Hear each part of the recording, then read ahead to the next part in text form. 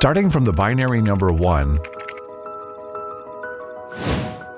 we have created billions of bits of data that is powering the world.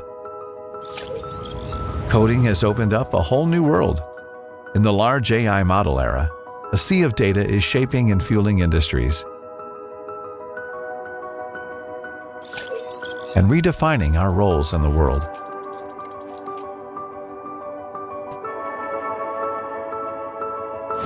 Intelligent programming goes beyond traditional coding. It unleashes creativity and breaks down complex problems into simple code.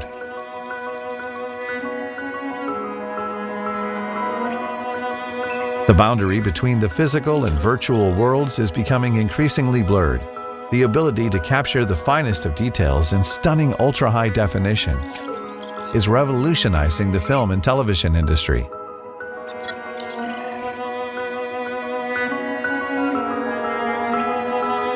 The genetic code has been converted into data, and we can use it as both a sword and a shield against disease.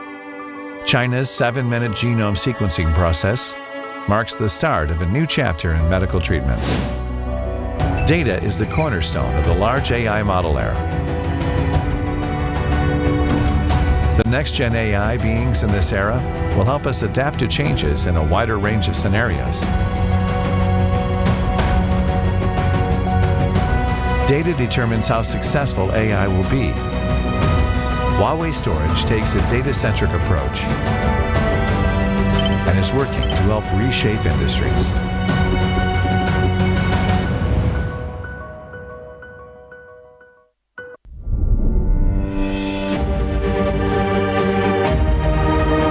Together, we're building for tomorrow. Huawei will spare no effort as we probe the endless frontiers of science and technology. We're working with the most innovative minds around the world to explore the future. Despite a complex and ever-changing business environment, Huawei's enterprise business has experienced steady growth. Digital transformation is now in full swing. Huawei consistently invests in research and development, bringing innovation to digital infrastructure. We integrate ICT with industry scenarios, working in tandem with global customers and partners to accelerate digital transformation. We help governments around the world go digital, support the construction of national digital infrastructure, and accelerate the digital transformation of public services. We have also helped a port customer roll out 5G-powered L4 autonomous driving, transforming it into a safe and efficient smart port. The solution helped ports become more open, simplified management processes, and facilitated faster customs clearance to increase trade. Huawei jointly innovates and openly collaborates with financial institutions and partners. We also continue to promote and expand its financial partner Go Global program, FBGGP, which supports the global finance industry in going digital. In transport industries, Huawei works with partners worldwide to explore industry digitalization and technological innovation, developing scenario-specific solutions for smart roads, waterways, ports, aviation, and urban rails. We have helped power companies move towards secure, efficient, and green operations, worked alongside oil field customers to build intelligent, industry-leading oil and gas fields, and ushered mining companies into a new intelligent era. Huawei leverages its own digitalization experience, products, and technologies, and works with industry partners to support the digitalization of manufacturing companies. We strive toward educational equity, accelerating innovation in teaching and scientific research, looking to bridge the digital divide. We help hospitals transform to provide smart services in all scenarios and protect medical data throughout its life cycle. In the internet industry, we are accelerating the shift toward all-optical intelligent services. For the global commercial and distribution market, Huawei has established business teams that work alongside partners to help SMEs go digital faster. Huawei's portfolio of solutions for intelligent campuses help create intelligent campuses that are efficient, green, and convenient. We drive the development of new data centers that are intelligent, intensive, and green. And our digital sites facilitate the digitalization of outfield equipment for an open and intelligent sensing network. Huawei is pioneering the development of service-oriented WAN, which facilitates the service-oriented operations of government extranets. We cannot do any of this alone. Huawei consistently implements fair, just, transparent, and simple partner policies to build a robust win-win partner system that is interest-bonded, integrity-centric, and rule-based. We cannot do any of this without you. We always aim to remain customer-centric and to constantly provide high-quality services for our customers. Huawei's enterprise business is committed to bringing ICT to each and every industry.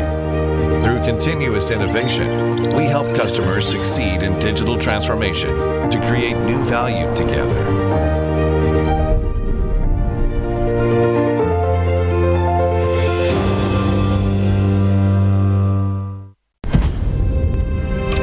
Recorded information is essentially the story of civilization. At every turn, new storage methods have led to new human progress. From using the natural world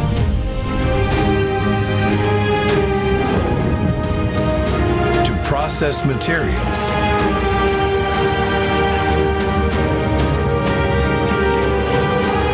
humans have recorded, stored, and passed on information through increasingly accessible ways.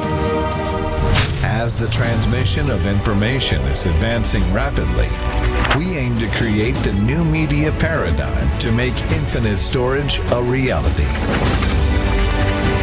From complex storage to concise solutions, storing ever-changing data is as easy as zeros and ones. From diverse storage to converged solutions, next-gen media is driving the optimal solution for every situation. From transformative storage to disruptive solutions, trillions of bytes can be processed in a flash. Cutting-edge technology helps us keep pace in our digital world, hosting and sharing information with unlimited capacity.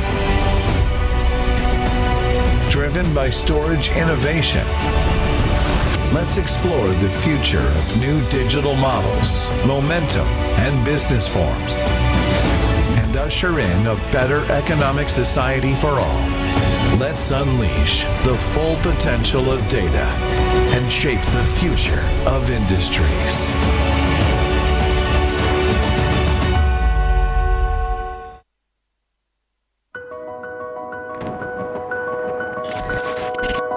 Starting from the binary number 1, we have created billions of bits of data that is powering the world. Coding has opened up a whole new world. In the large AI model era, a sea of data is shaping and fueling industries and redefining our roles in the world.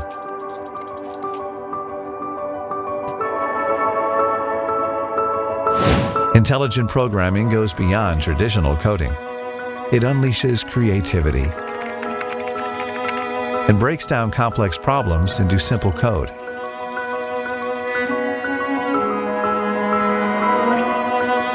The boundary between the physical and virtual worlds is becoming increasingly blurred.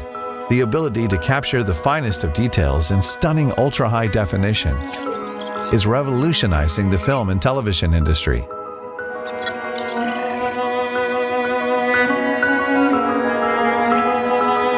The genetic code has been converted into data, and we can use it as both a sword and a shield against disease. China's 7-minute genome sequencing process marks the start of a new chapter in medical treatments. Data is the cornerstone of the large AI model era. The next-gen AI beings in this era will help us adapt to changes in a wider range of scenarios. Data determines how successful AI will be. Huawei Storage takes a data-centric approach and is working to help reshape industries.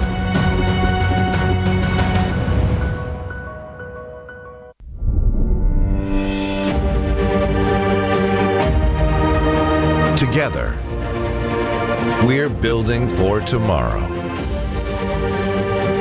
Huawei will spare no effort as we probe the endless frontiers of science and technology. We're working with the most innovative minds around the world to explore the future. Despite a complex and ever-changing business environment, Huawei's enterprise business has experienced steady growth. Digital transformation is now in full swing. Huawei consistently invests in research and development, bringing innovation to digital infrastructure. We integrate ICT with industry scenarios, working in tandem with global customers and partners to accelerate digital transformation. We help governments around the world go digital, support the construction of national digital infrastructure, and accelerate the digital transformation of public services. We have also helped a port customer roll out 5G-powered L4 autonomous driving, transforming it into a safe and efficient smart port. The solution helped ports become more open, simplified management processes, and facilitated faster customs clearance to increase trade. Huawei jointly innovates and openly collaborates with financial institutions and partners. We also continue to promote and expand its financial partner Go Global program, FBGGP, which supports the global finance industry in going digital. In transport industries, Huawei works with partners worldwide to explore industry digitalization and technological innovation, developing scenario-specific solutions for smart roads, waterways, ports, aviation, and urban rails. We have helped power companies move towards secure, efficient, and green operations, worked alongside oil field customers to build intelligent, industry-leading oil and gas fields, and ushered mining companies into a new intelligent era. Huawei leverages its own digitalization experience, products, and technologies, and works with industry partners to support the digitalization of manufacturing companies. We strive toward educational equity, accelerating innovation in teaching and scientific research, looking to bridge the digital divide. We help hospitals transform to provide smart services in all scenarios and protect medical data throughout its life cycle. In the internet industry, we are accelerating the shift toward all-optical intelligent services. For the global commercial and distribution market, Huawei has established business teams that work alongside partners to help SMEs go digital faster. Huawei's portfolio of solutions for intelligent campuses help create intelligent campuses that are efficient, green, and convenient. We drive the development of new data centers that are intelligent, intensive, and green. And our digital sites facilitate the digitalization of outfield equipment for an open and intelligent sensing network. Huawei is pioneering the development of service-oriented WAN, which facilitates the service-oriented operations of government extranets. We cannot do any of this alone. Huawei consistently implements fair, just, transparent, and simple partner policies to build a robust win-win partner system that is interest-bonded, integrity-centric, and rule-based. We cannot do any of this without you. We always aim to remain customer-centric and to constantly provide high-quality services for our customers. Huawei's enterprise business is committed to bringing ICT to each and every industry. Through continuous innovation, we help customers succeed in digital transformation to create new value together.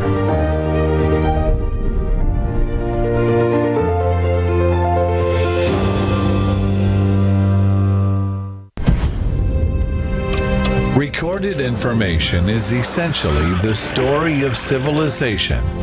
At every turn, new storage methods have led to new human progress.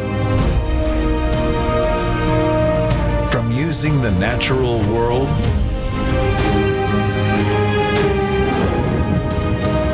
to processed materials,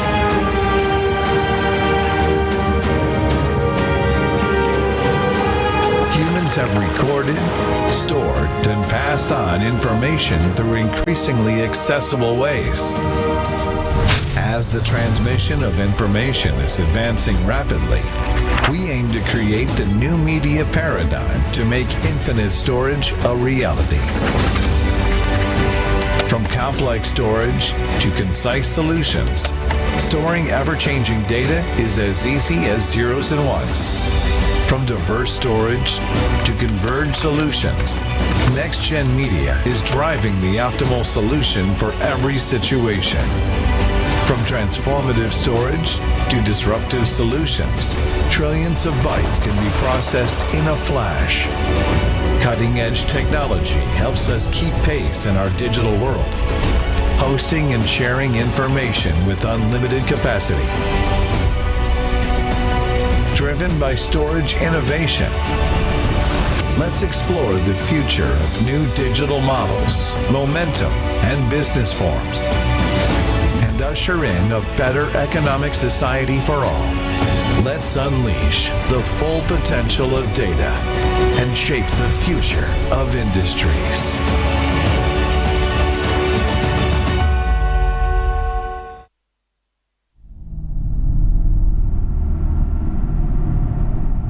Who are you?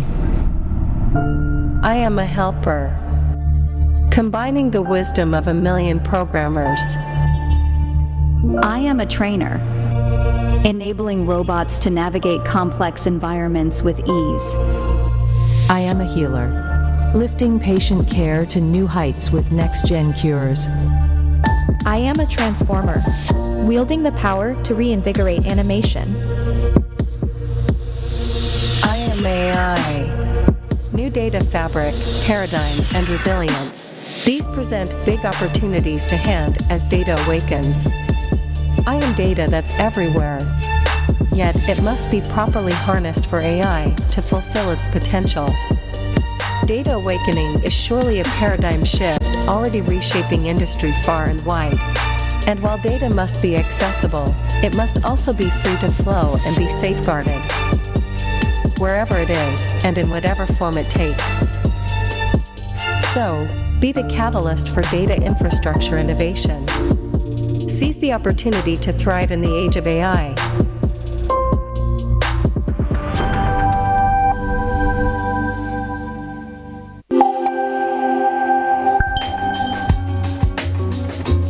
Alrighty.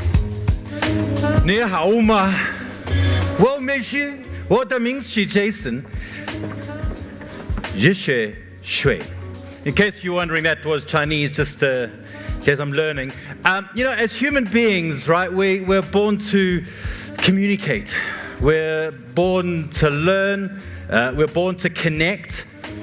Wouldn't it be great today if we could learn to communicate to connect? Yes, great. And seeing as though we're at Huawei's Chinese company, would you guys be open to learning one sentence of Chinese? Obviously, the non-Chinese people, of course, will have no idea how to teach Chinese people their own language. Okay, so please, we've got to understand that Chinese is also a very tonal language. So the same word said differently can mean completely different things. So try work with me, and also I'm learning, so it'll be interesting to see what the Chinese people think as well. So repeat after me. 你好吗? Is that right? Almost. Say it quicker. 你好吗? Fantastic, you just learned how to say hello, how are you? In Chinese, congratulations. Now, what's nice about that, I love the Chinese people are like, oh God. What's nice about that though is if you think about it from a personal perspective and a professional perspective, learning to communicate, especially on a scale like this with the likes of Huawei, how incredible would that be? And if we think about the advent of AI and how AI is just rapidly evolving, deepening those relationships, question maybe we ask ourselves is, well, what's housing AI? Like what's holding it all together? I'm glad you asked that question, which is why we're here, because Huawei at the forefront of that. And today we're going to be discussing data awakening, building leading AI-ready data infrastructure. Now, as we move deeper into the digital era, the rise of AI technologies and new data applications is generating an impressive amount of data. And this surge in data is unlocking incredible potential and transforming how we provide value.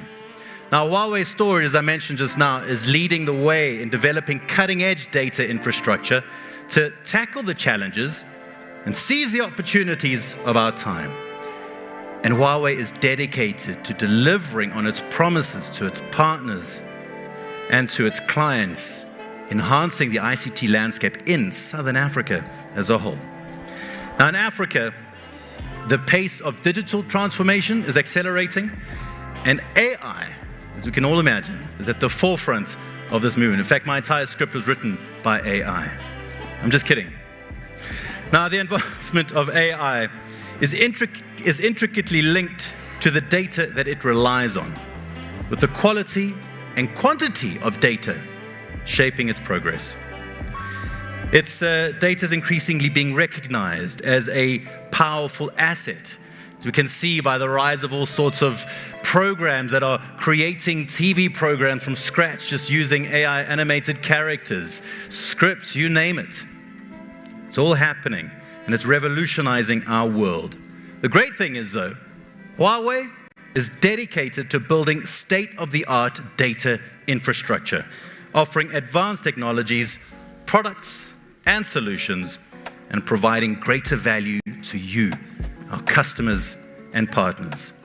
So today we're going to be delving into the latest technological trends alongside industry experts to stay ahead in this fast evolving digital age. Now, to officially and formally welcome us here this morning, I'd like you to please join me in welcoming up onto stage the Vice President of Sub-Saharan African Region for Huawei, Mr. Matt Chen.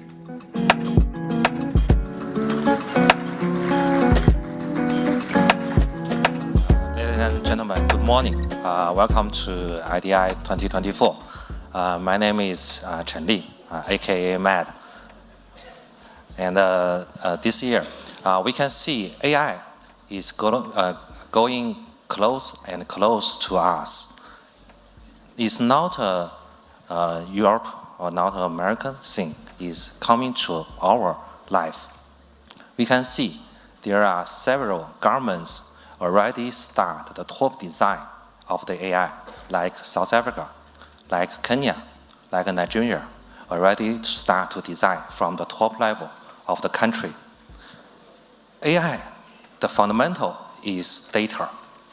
Data is the bridge between the physical world and the digital world. And also, data is the most important productivity in the next future. And also, for different countries already, from the regulator, already notice how important the data is. Several countries on our continent already released policies like not allow the data to go abroad. Some important data must be stored for a longer time, like 18 months. Even some very, very important data has to be stored for 3 years.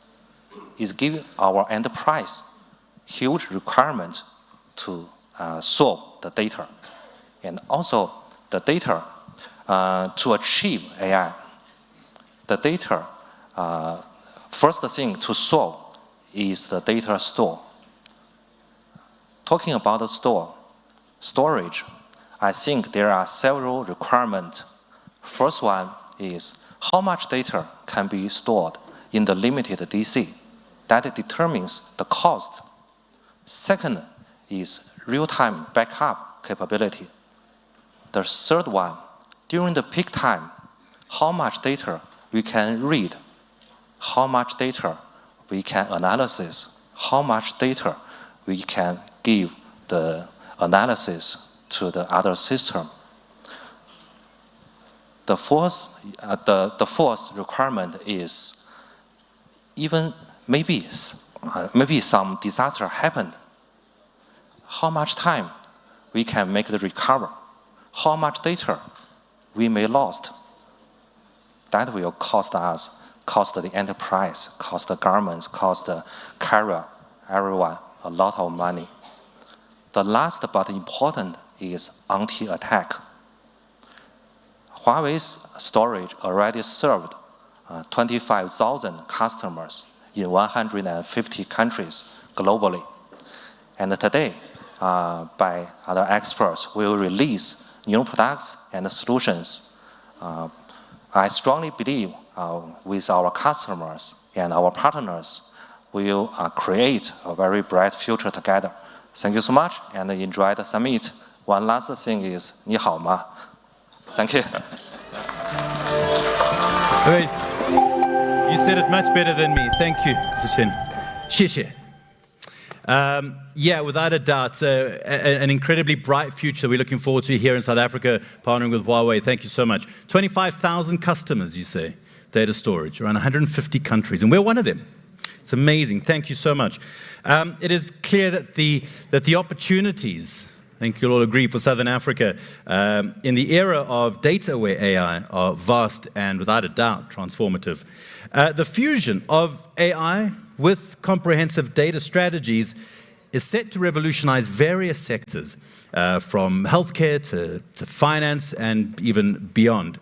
And to explore these opportunities in greater depth, our next speaker will be providing us with some expert analysis of the current landscape and future prospects. So please help me welcome up onto stage Associate Research Director at IDC, who'll be discussing South and Sub-Saharan Africa embracing opportunities in the AI era, Mr. John Tullett. There, Mr. John Tullett, this side. There we go. Thank you, sir. Thank you very much. Good morning. Oh, it's not that early. Good morning. Super. That's better. Energy is what we need. Energy as we move into this new intelligent era, this new AI era. You heard from Matt Chen that this is not a European phenomenon, or American phenomenon. It's not even a Chinese phenomenon. This is a worldwide thing. And I'm going to prove it. I'm going to show you the research that we're doing in this part of the world that shows the appetite and the level of investment, and more importantly, why it's happening. But before I do that, I'm going to talk to you about sand. If you took every byte of data that you have in your organization and every organization around the world, every byte of data that we've created, and you piled it up into a sand dune, how big a sand dune would you get? And it's an interesting thought experiment, and it turns out that not only would we run out of surface area on this planet for all of that sand, we'd run out of solar system. We've produced a truly gigantic amount of data, and that's growing by about 25% every year. And it's likely to accelerate now that we're in an era where we're generating more data more quickly. Only about 10% of this is unique data. The rest is recreated, duplicated, stored. Over time, that ratio is going to start to nudge upwards because we'll see more and more fresh data, innovative data being created on the fly. That's putting a lot of strain on organizations, but the point of all of that data is that it turns into value, and that's what we're here to talk about. Every metric that we have to measure the sophistication of data is not just growing, but it's accelerating. So we talk about all of the V's, and I'm sure you're all familiar with these. The volume of data, the size of data. We need more Earths if we're storing it as sand. But also the speed that it's moving, the velocity, the speed that it's moving through our organizations, between organizations, and the speed at which we need to turn it into business value. We talk about the complexity of data, the variety, structured, unstructured. Everywhere your organization touches the earth, you're producing data of different forms. Stitching it all together, tremendously challenging. And of course, risk. We talk about data veracity, making sure that it's accurate, making sure that it's correct, making sure that we can trust it and build our businesses on it. All of these areas are getting more and more complex over time. So we're not just getting bigger, we're getting way more sophisticated. I'm going to show you a bunch of local stats, but first I'm going to share this. These are some global numbers that show you the state of readiness, or maybe the state of unreadiness around the world. 80% of organizations that we talk to around the world have concerns about their data being siloed. It's an extremely high percentage. About a quarter just don't trust it at all. There are real concerns about the data platforms that we have in place, but it's not unfounded, and it's also not being ignored. So we are seeing this tremendous investment in data platforms, data capabilities to improve this, to make sure that as we move forward into the future, we have the right platforms in place. In this country, we're seeing exactly the same thing happening. So about 3/4 of the organizations we talk to in sub-Saharan Africa expect Gen AI to disrupt their competitive stance. And obviously, our hope as organizations is to be on the winning side of that. We anticipate the disruption even if we're not sure what form it's going to take. But there are some key areas that executives are looking out for. They're looking for ways to accelerate their time to market. They're looking for ways to improve customer experience, not for fun, but because we expect that to translate into business value. We want better opportunities to engage with customers, new products to sell them, new ways to keep them on board, to defend them against competitors who are doing the same thing. So the expectation is absolutely there, but in the meanwhile, we've got to remember that all of this future AI stuff is sitting on today's data. If you have rubbish data, you'll have rubbish AI tomorrow. So we need to make sure we get it right. And we're seeing tremendous investments in modernizing the data that's in place. When we look at those modernization efforts, we can determine a set of characteristics that decide or define digital leaders, as in those who are more at the cutting edge of that maturity process, those who are in the mainstream, and those who are falling behind. What's interesting is that when we look at AI readiness and the investment and the spend that's happening, about 3/4 of the digital leaders segment of the market are investing in everything that you see here. And a lot of this is not workload specific. It's platform. It's addressing it end to end because we don't know what the business is going to need tomorrow. We talk a lot about technology roadmaps, but a roadmap is not a path from here to a specific point in the future that you're going to get to. It's a road with forks and branches and diversions, and you don't know which off-ramp your business is going to take. Your job is to make sure they can take whatever off-ramp they choose safely. So we see this level of investment growing. It's really interesting to look at how close the digital followers and digital mainstream group is. It's almost that we have digital leaders and the rest, and that gap is widening over time. Consistently, we hear from the folks in the digital leaders group that they are sustaining their level of IT investment and growth year on year because they are demonstrating business value. They are successfully selling this in their organization and seeing the returns. So that gap is widening, and if that is a concern for everyone behind, what it means is you need better partners to help you bridge that gap. You need better platforms to accelerate you through that. So here's a reality check. How ready are we as a region? So sub-Saharan Africa, we define a maturity curve with 5 stages of maturity, from most mature side on the left to the least mature on the right-hand side. And on the right-hand side, the least mature, that is typically silo deployment. It doesn't mean it's wrong or it's dysfunctional. It just means that most workloads are being deployed in isolation with their data isolated with them. That is fine, but you'll hit a ceiling, you run out of headroom very quickly. And so what starts to happen is organizations start to bridge those silos, they start to deploy greater analytical capabilities, and so they move up in terms of maturity.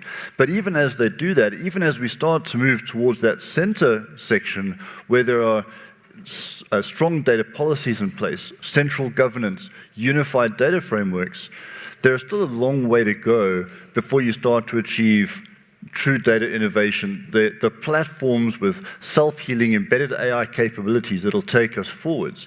3/4 of this market is still in that bottom half of the maturity curve. Only about 10% identify themselves as being at the peak of maturity, and even then, a lot of those cases, it's a business unit that's achieved that, and most of the organization is elsewhere on this spectrum. So it's very tempting to focus on what you're doing really well in data and to think that that reflects the readiness of the organization. But actually, you need to flip it around and have a look at what is your lowest common denominator across all of the business units that need to be working together, and what platform are you using to raise that waterline so all the ships rise together. If you don't do that, you'll end up with this very imbalanced set of silos, and that may be competitive in some areas, but as the business starts to take diversions, as it starts to pivot to new areas, you'll hit that headroom limit very quickly.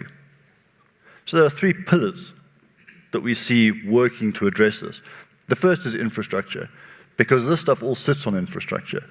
And we talk about AI-ready infrastructure because it's not just about AI. It's about the capabilities that you need to make AI work. It's about self-healing infrastructure. It's about truly unified management platforms from end to end, regardless of whether it's in your data center or in the public cloud or in a colo facility or even reaching out to partners. We talk about this as a platform approach because you can build silos, but the foundation will then bridge them for you. So you can focus on today's problems, knowing that you have the tools for tomorrow as well. Then there's risk. Data security is absolutely in the front of everyone's mind, but it's not just about cybersecurity. It's about continuity risk. It's about the opportunity risk of not being able to adapt to the business's needs. It's about making sure that you're fully compliant with every region. You heard from Ed Chen about that drive towards governance. We see a lot of local organizations preferring in-country cloud facilities or preferring workloads to be running on private cloud facilities because that gives them a greater degree of assurance. So make sure your partners can deliver those capabilities. And the last one is sustainability, which is not just about going green. It's about workload efficiency. It's about making sure that you're reducing the unnecessary complexity and duplication of workloads, of data, of expense. Making sure that as the platforms evolve, and we see this, and AI is a great example where the modern generation of large language models are becoming much more energy efficient over time. And there's a lot of investment in special purpose small language models, which again, more efficient. So you can iterate and see those improvements provided your platform gives you the capability. So it's about future-proofing as well as today-proofing. And there's a lot of types of AI. Gen AI is absolutely a very exciting field, but there's machine learning, there's deep analytics, there's AI ops, which I'll talk about separately. Many of these are in play already. Many of the people in this room probably have production AI environments adding value to their business. As those evolve, what we're seeing is a lot of investment in the infrastructure piece to provide that readiness. So when we talk to local organizations about their spend in anticipation of Gen AI, about half of that spend is infrastructural, whether it's private infrastructure or public cloud infrastructure. That's as it should be. You should be focusing on the platforms, the fundamentals, those foundations. And as partners like Huawei, who you should be having those conversations with about getting the fundamentals right, your job is not to try to anticipate every business use case. Your job is to make sure those use cases have a foundation to rest on when they're required. A lot of this stuff is happening on cloud platforms. A lot of AI innovation happens in the cloud. It's embedded in cloud solutions, and again, some of it is public, some of it is private, but there's no rush out of data centers. In fact, quite the opposite. Just as we see cloud revenues rising in this country, we see spend in data centers rising as well. Slanting towards co-location because of energy risk, but it's private stacks, and a lot of it is driven by data modernization and data readiness. So when we ask folks, where are you deploying, it's usually a very hybrid answer. Hybrid infrastructure, mixed environments, multi-cloud. And of course, a top priority there, if you don't want to end up duplicating spend and adding complexity, is making sure you have management platforms, management capabilities, policies, governance, and strategy from end to end. And again, it's energy efficient, it's resource efficient, it's cost efficient, and it's building for the future. There are key technologies underneath this. One of these is flash storage. We've seen this breathtaking growth in all-flash arrays to store data. As it stands, by the time we get to the end of our 5-year forecast in 2028, we expect 2/3 of the market, of all of the data, to be on all-flash arrays. You can stage this. Most of you in this room are on a journey towards flash storage. There's a key message here, which is that you need to understand your usage and you need to be getting the telemetry back from the platforms you have in place to make sure that you're deploying and modernizing new technologies where it's most appropriate to make sure that you're getting the best bang for your buck. You will be on this journey. You can make sure that you take that journey as effectively as possible. So AI Ops, I mentioned this is an area where many of you, especially if you're using the technologies that you've seen showcased at this event, already benefiting from some of this. This is AI embedded into systems. And it's a great approach to AI because you get immediate benefits from deployment with the improvement in performance, with improvements in resilience, and over time, each iteration, as that infrastructure spreads, as you leverage more and more of the capabilities, you will achieve more benefits over time to the point where you have live, real-time optimization, self-healing capabilities deployed through your storage infrastructure. So let me wrap it up by just boiling this down into really 3 key strategy areas that you can focus on. The first is that infrastructure base. You've got to get that right. It's infrastructure which goes end-to-end, fully hybrid, fully uniform, fully managed. A lot of these capabilities you won't be leveraging immediately, but you want to make sure that they are there for when you need them. So looking at your vendor roadmaps, extremely important. The data issue, and it's really all of those V's that we talked about. Make sure that you have a plan for that increase in data volume, veracity, the velocity, which is only speeding up over time, and variety. And then lastly, the roadmap. And like I said, it's not a point-to-point roadmap. It's a journey, but it's a journey with diversions. Make sure that you're ready for those diversions. There are separate conversations here. Part of it is your IT roadmap. That needs to align to the business's expectations. And you also need to be having that conversation with your technology partners to make sure that it all comes together so that when the time comes to execute and as you move into that fully AI-enabled future, you're ready at each step to bring value to the business. All of the ingredients are there. They are improving incredibly over time. Make sure that you're getting those benefits, but we know in this market, in sub-Saharan Africa, the appetite is there and the investment is coming. So I look forward to seeing you on that journey. Thank you very much. I'll take it. Thank you. Ngiyabonga kakhulu John. Ukhulume kahle baba. So that was Zulu, in case you're wondering. It's all about communication, right? Connecting. Let's learn as we go about today. And John, thank you for setting the tone today for what promises to be some exciting discussions coming ahead today. Really appreciate it. Yeah, indeed, we are on a journey together. The journey continues when we think about how essential it is to understand and to build the necessary infrastructure, as we spoke about building a robust base, to support all of these AI enhancements and advancements. The foundation of a successful AI strategy lies in having a robust, scalable, and intelligent data infrastructure. And to shed some light on that aspect, our next speaker will be discussing data awakening, building leading AI-ready data infrastructure. So please, a nice warm South African round of applause, please, for the Vice President and Chief Marketing Officer of Huawei Data Storage product line, Mr. Diego Shao. Thank you. Thank you all. Yeah, first of all, let me thank you for all to come to our IDI Forum 2024. So before my presentation, please let me introduce some other extra information about our Huawei storage.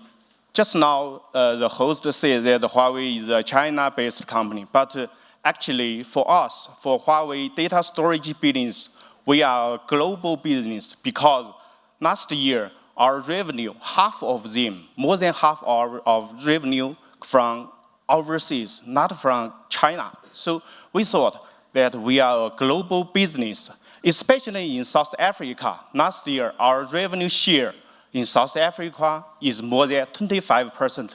So let me thank you all to our customer and to our partner. Thank you. Thank you so much. So my topic is today is about data awakening, building leading AI-ready data infrastructure. Yesterday, our president, Dr. Zhou, already shared with us about the Huawei data storage, about the vision and some of the incredible innovation about our product and some of the hard disk. So today, I will from another side to share some of our best practice with our customers. I hope my sharing can bring you some useful reference. It will be better. So let's start. The first of all, let's take a look at what the customer side, what is changing now. The data for some decades ago, it is PC era. That data is just for information record, right? And for recent years, that is the production elements. But now, because of the data, because of a huge amount of data, and because of the value, not a value from the data become as a search for you, right? So there are some typical scenarios from our customers. The first one is for the risk control from our financial. Yes, that there are more than 4,000 of our rules in one system.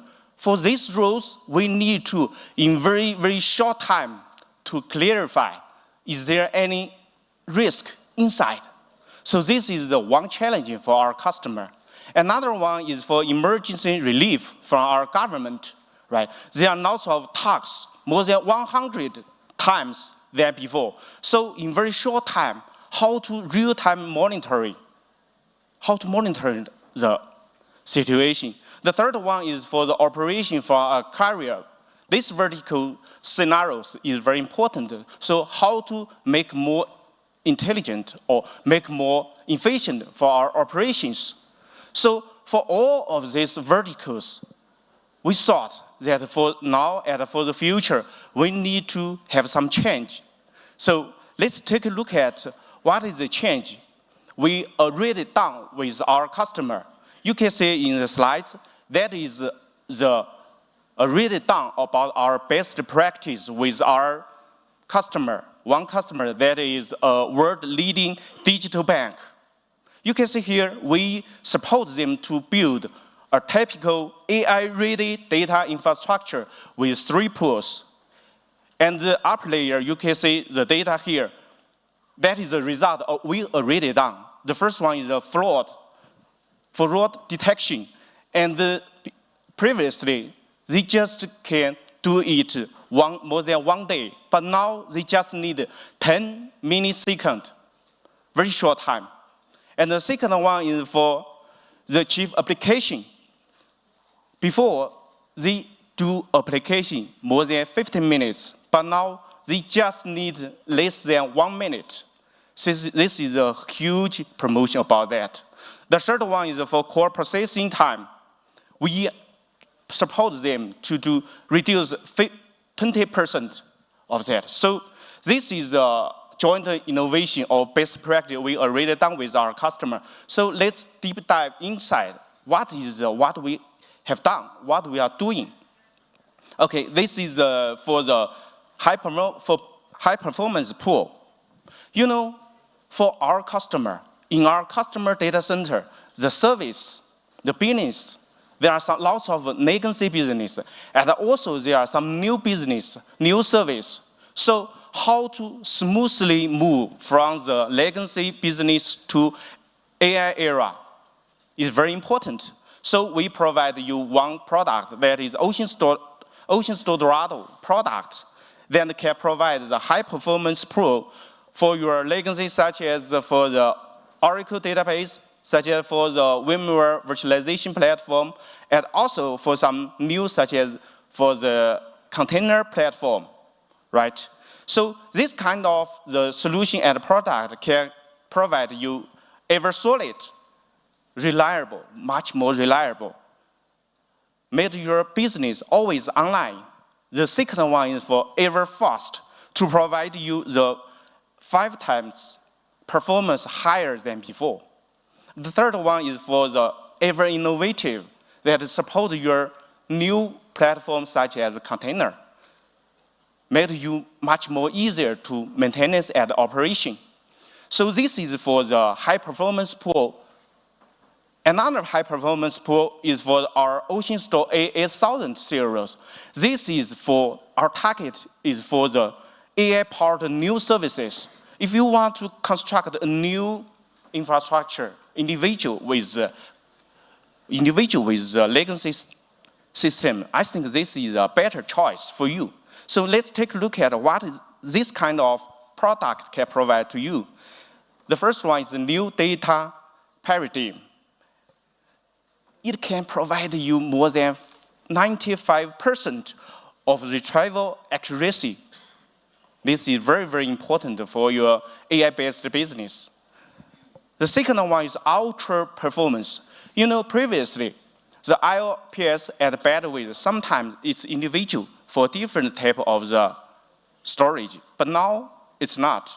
It should be cabined together. So this kind of requirement need your architecture to do some change for your architecture. So we change our architecture in our A8000. So this is very important to that. Another one is ultra scalability. Ultra scalability, we can scale up to more than 4,000 nodes, scaled to more than 500 controllers. So this can, for your workload, loading for data sheet, loading efficiency. So this is very important for your new business.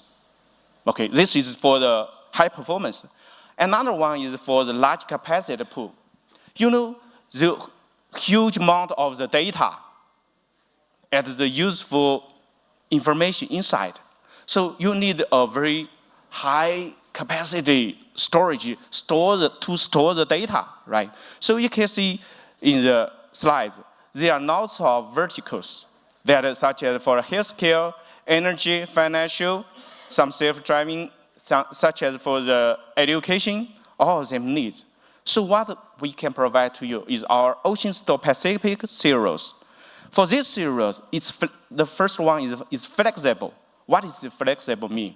We can provide lots of protocol interworking. What's that mean? You do not need to move data from one place to another place. So you can mix it inside one data storage system. So it is very important and convenient for our customer. The second one is green. Reduce the power consumption, and also for your space storage in your data center. Okay, we redefine the hard disk. We redefine our data storage hardware architecture. Also, we redefine the algorithm for deduplication and some other algorithm can provide you more than 1 terabyte in one unit, and also less than 1 watt for each terabyte. So this is a very greenable solution for you. And the third one is for reliable. Any access you can check it, and it's always online. So these are for our large capacity pool. The third one is for protection. You know, the data become your assets. What's that mean? Assets means money, right? So you should protect your money. How to protect your money? If you protect your money better, then you protect your assets better. Then you protect your data better, right? So we provide the Ocean Protect X and the E series to protect your assets, protect your money. Okay, for our protect solution can provide you effective backup, and also for easily scalable, and also for efficient utilization, such as for the backup and recovery. Compared with some other vendors, we can provide you 2 times faster than before. So it's very important for your business, especially for your online or nearline business.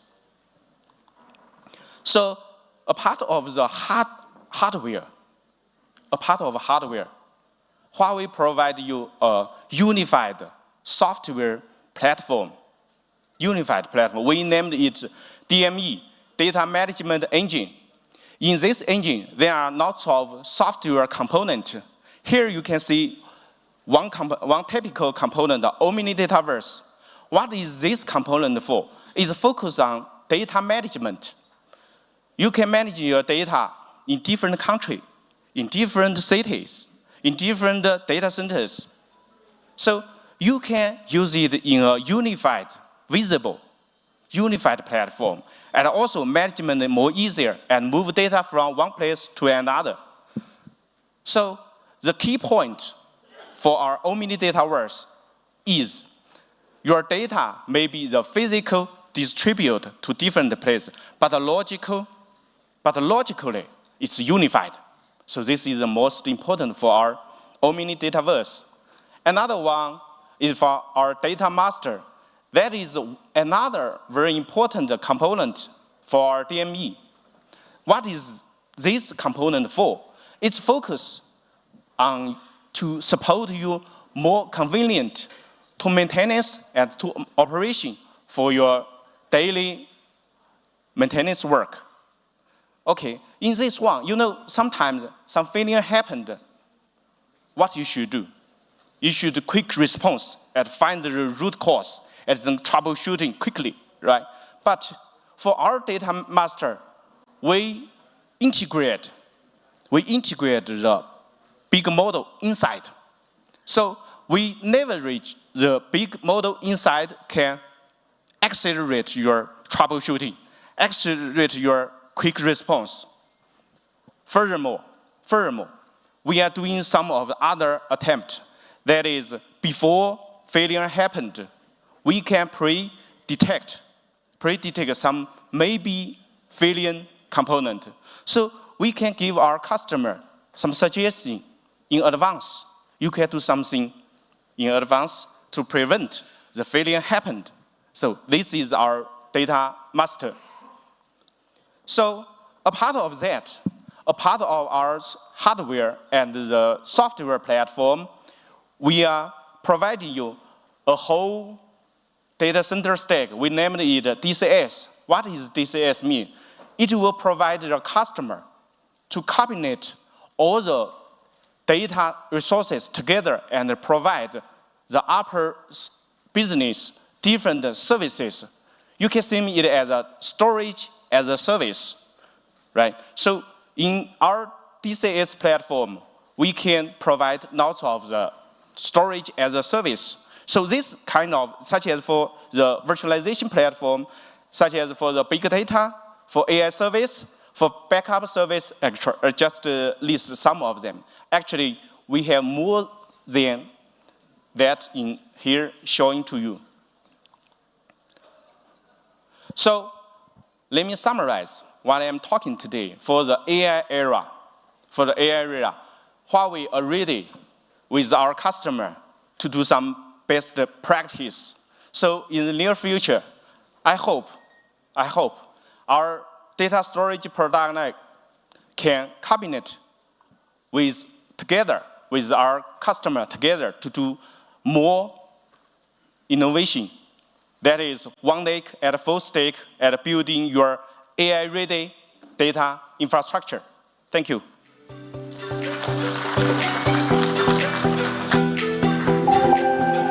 Thank you, sir. I'll take that, yeah.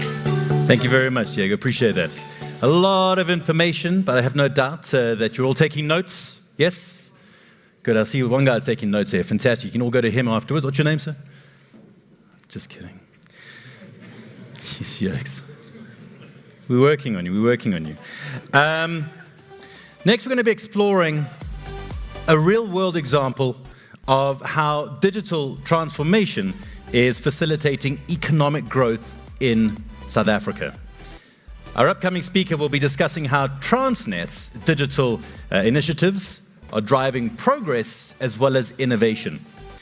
I'd like you to please help me welcome up the Transnet Group CIO, who will be presenting on Transnet's digital transformation facilitating South Africa's economic growth, Mr. Pandalani Munyai.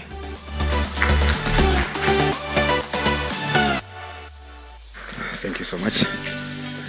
Morning, and thank you so much. I think we're going to take a little bit of a turn, different in terms of how the presentations were going. We're going to focus on real-life example, on what we're doing and leveraging on technologies. So before I start flighting the presentations that I have, and I've got very few slides, I just want to talk about the real-life example that Transnet has experienced up to so far, working with vendors or suppliers. I'm not saying vendors, I'm saying vendors.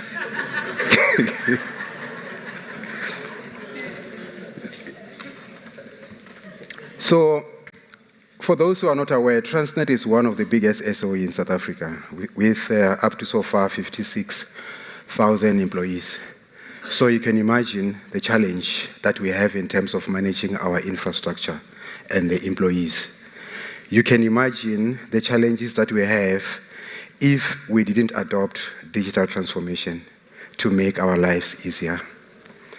To start with, I can pick up so many examples, but one example that I can just share with you is the difficulties and the challenges that we had when we were hit by cyber, starting from not knowing where our data is, not knowing where the server that hosts different application is. Even if you know where the server is, you don't know how the applications or the data is being structured. That was a huge challenge for us.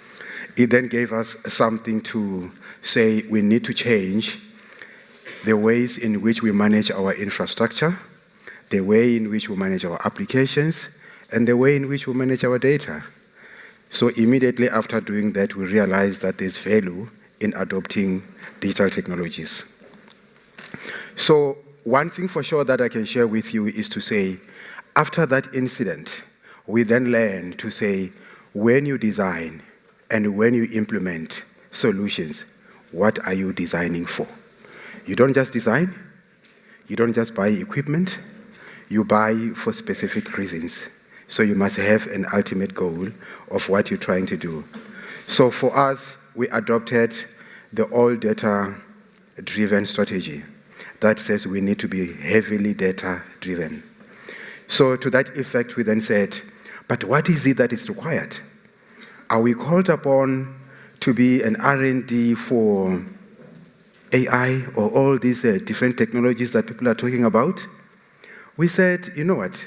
There are companies like Huawei and many more that have already charted these territories. They've got lots of technologies that are there in place.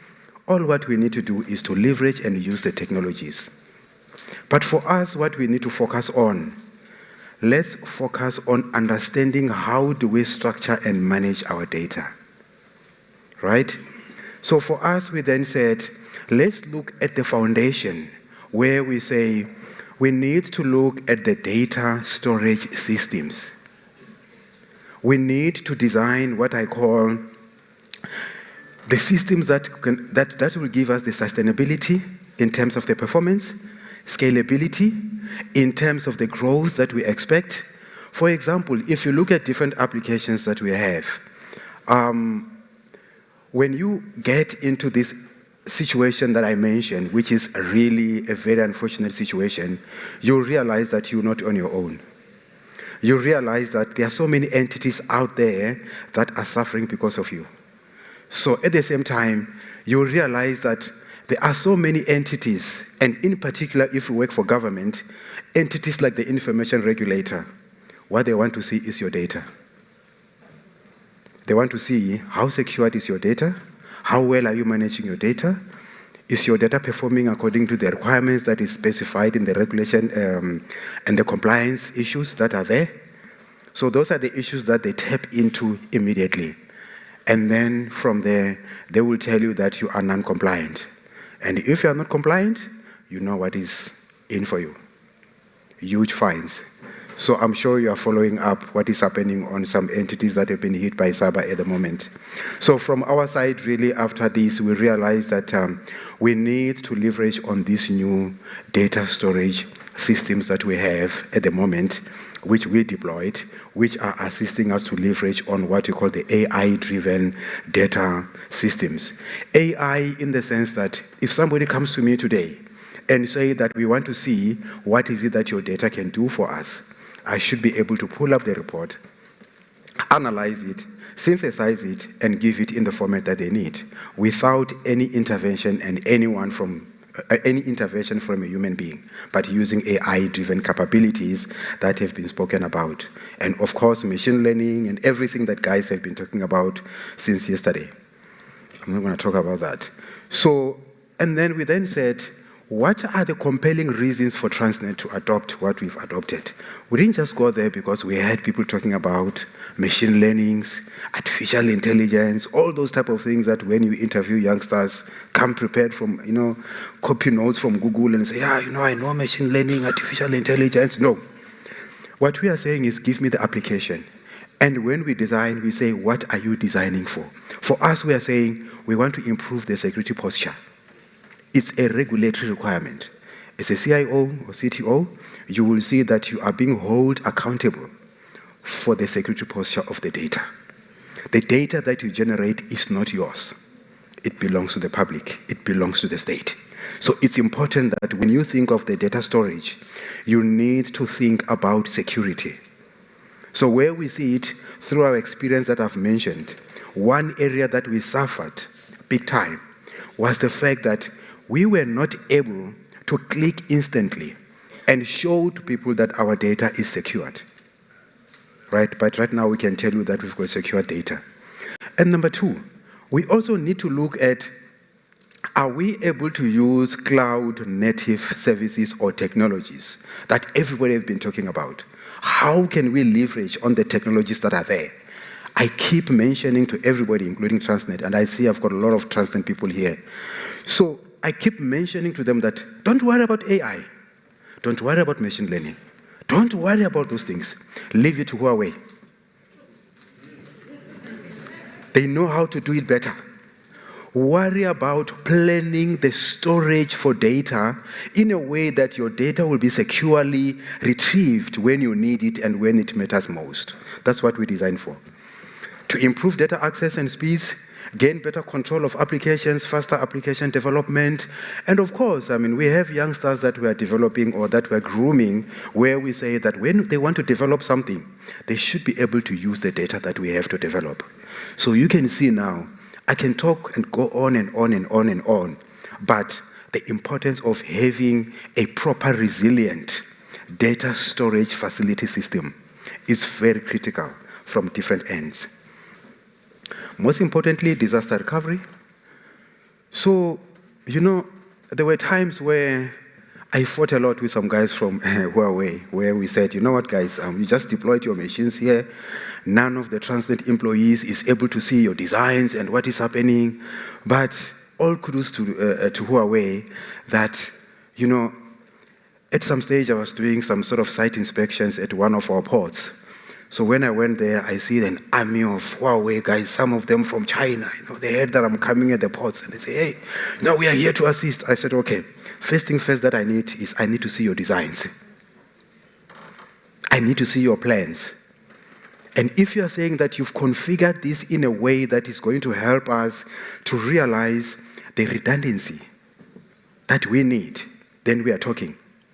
Unfortunately, what impressed me the most was to see that these guys are so committed in a way that it is not that company that will tell you that our designs are proprietary and if you need something, you need to pay us so much. No. When you need to see the designs and to interrogate them, these guys will give you the designs. And I keep reminding people that if you're a CIO, CTO, this should be your daily bread and butter. You can't just go there and spend millions and millions of money without knowing what you're buying. You can't. That's reckless. You need to give yourself time to study and get exactly what is it that you're buying. I can assure you now that I will never employ you at Transnet if you are one of those people who don't take this thing seriously. And the cost, of course, you need to sit down with these guys and optimize cost.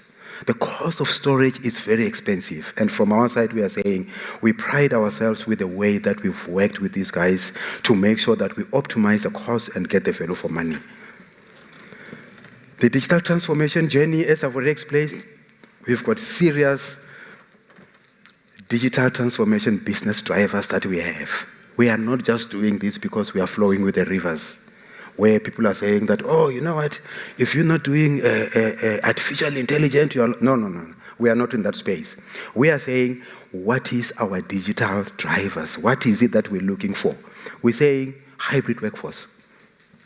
Immediately when you start talking about the hybrid workforce, you realize that now we are talking business.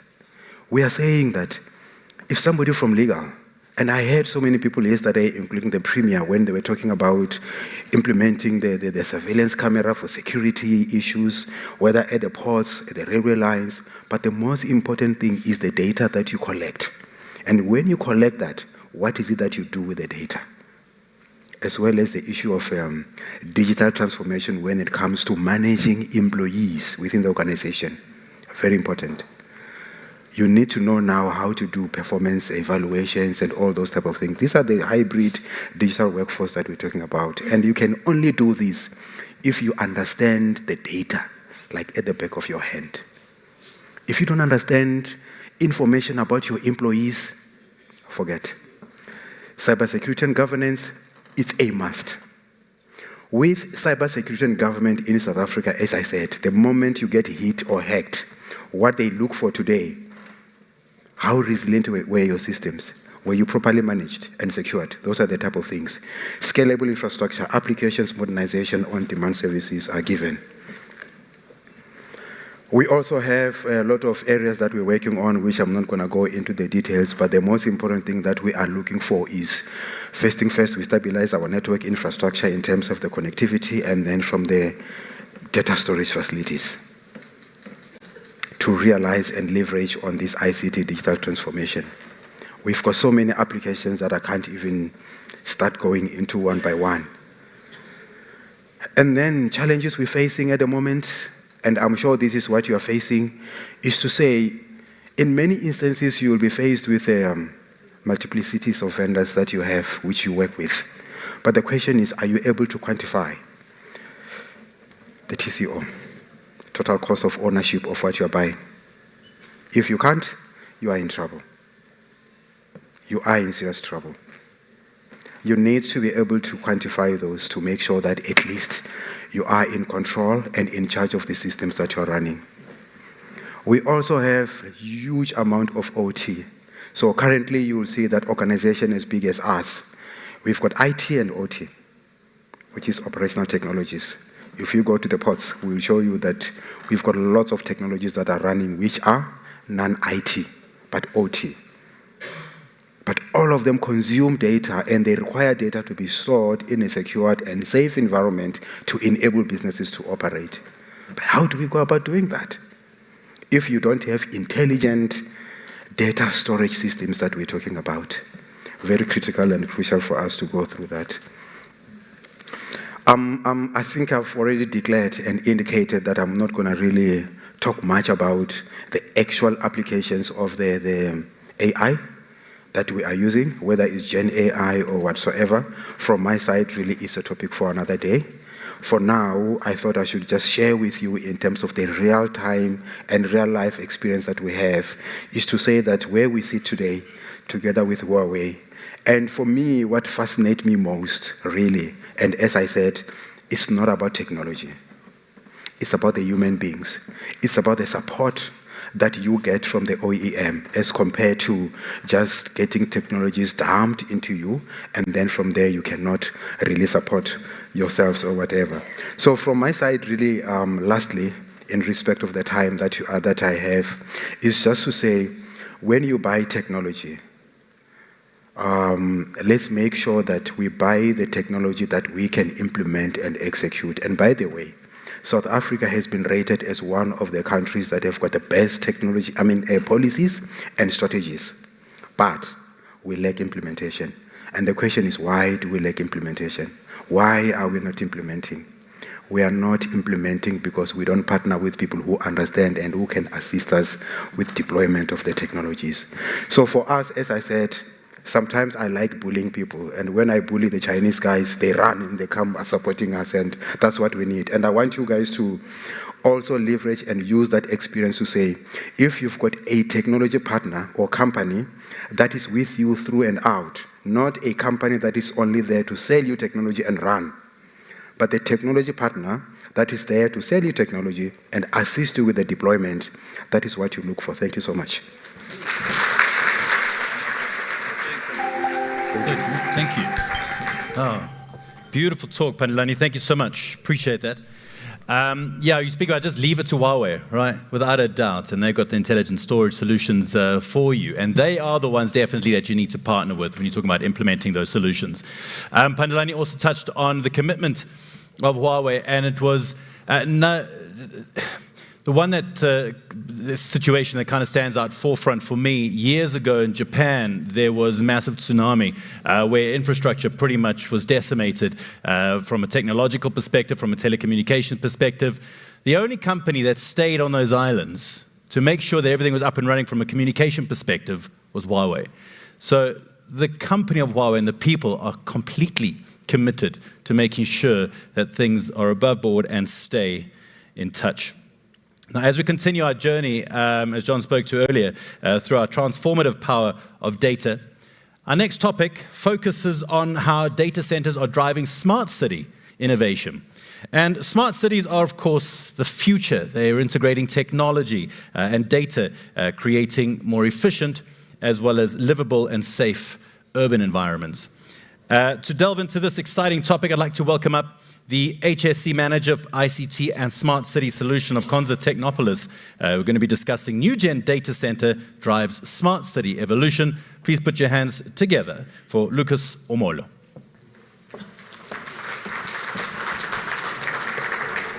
Thanks, Lucas. Hi, once again, ladies and gentlemen, good morning. Good morning. Again, with the powers bestowed upon me, I give a high five on my behalf to your colleague.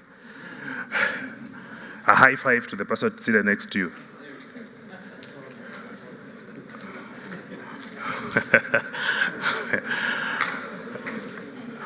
Very good. I want to confirm that I am Lucas Omolo, just as he has said. And I also want to confirm that last year, I was baptized, just as I said yesterday, and given a name, Vusi, and that after this session, I'll be going around just to get the meaning of that name. So ladies and gentlemen, this topic is interesting for us, as I'm speaking as a government of Kenya official and as an implementer of Kenya's first smart city called Konza Technopolis. And we clearly know that for such cities, ICT is the key infrastructure that forms the basis upon which services, the urban services, are offered to the residents of the city. And I'll be sharing this story because it has worked for us. And I know because sustainable smart cities is probably now the discussion that most governments are having across the globe, because smart cities will then offer very flexible destinations where people can access opportunities, but also limit negative effect that we can have then on our environment, because traditionally cities have been characterized by pollution, traffic congestion, and many other challenges on the environment. So what we've done and how we position ICT strategically, just like the past presenter has mentioned, to align it to the needs of the city and just ensure that it supports the call or the purpose for which our smart city Konza Technopolis was created. So when we were planning, because we took so much time, and at one point, actually, citizens were unhappy with us at Konza Technopolis that, why are you guys planning? This project is so important to us. Why can't you implement? It was important to plan. And we were able to narrow down to 4 key things that drives smart cities, of course, from our perspective. And one was the people, because we didn't want to build an urban, we didn't want to set up a ghost destination. So defining the needs and the expectation for the population that we are then going to accommodate in our smart city. Then what processes, because when you talk about smart city, you're talking about technology, data, and processing. So what processes will enable you deliver the right information to the right person so that they're able to make optimal decisions within your smart city. Then of course now the data, that when processed to information, then forms the basis of timely and accurate decision making.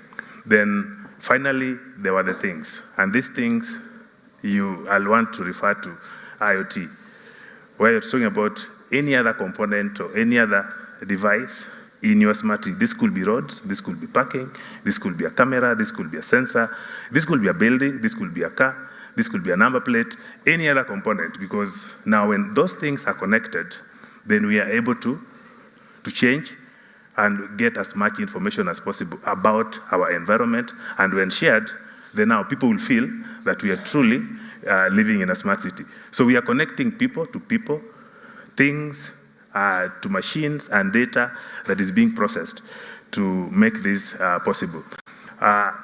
We've been guided, of course, from our strategy. We came up with a clear plan on what do we do then first, now that we've realized that those 4 things are very important.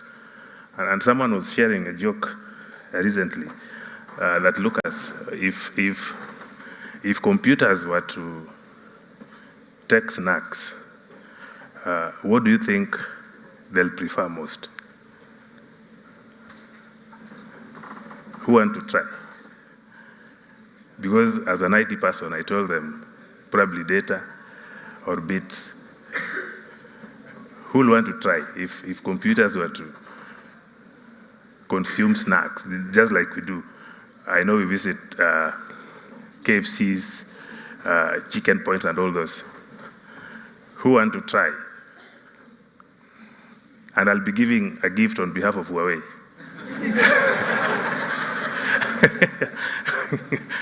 Yes. Sorry? Power. Any other? Yes, power this side. It was a funny joke. Yes? Chips. Which is microchips. Yes, so he got it right. So microchips, that is what they'll consume. So what we did as we were defining all this, we wanted to see how the smart city vision then sits squarely with the strategy for which the government wanted to implement Cause and Technopolis in support of creating jobs. We were targeting within our phase 1, 70,000 jobs in IT and IT-enabled services, contributing 2% to our GDP, then advance a lot of issues to do with research and development. So we came up with an infrastructure plan where we wanted to implement a cloud infrastructure in addition to connectivity, because those are the foundations for which you'll realize a smart city. Why data center? Because I mentioned the things from which you want to collect data. Where does it go to? This must reside somewhere, and this must be processed from one central point. That is why you'll need a data center. Then why do you need connectivity? Of course, all this in that ecosystem will require to communicate. And that is why connectivity and compute power is very important. Then we came up with certain guidelines and standards so that we are able also to motivate different agencies. For example, the cloud-first policy that we drafted to now motivate most of the businesses to consider cloud for their IT transformation journeys, as opposed to making heavy investments. Then the standards, because we realize also, as you're doing smart cities, our project was modeled in some sort of a public-private partnership, where the government role was largely to do horizontal infrastructure and provide the necessary facilitation for investment. Then we bring on board private sector and key players to implement the verticals. So we also saw an opportunity that these players coming on board will also have a role to play in helping COSA generally realize the function of a smart city. Because you will be given, for example, a parcel to develop an hotel or a complex, then you'll implement some innovative product in that space. So we had to rethink, how do we then create an open architecture in our IoT ecosystem so that people are able to integrate to what we've already created as a primary platform. So we created with Huawei an open IoT architecture that enables that integration. Also, it was important for us then to avoid issues with vendor lock-in so that we're able to promote a lot of innovation and build an ecosystem that anyone else can come and feel party of. Then the issues with security, data recovery, it was important for us also to establish another disaster recovery center that is not premised in Konza Smart City for purposes of business continuity.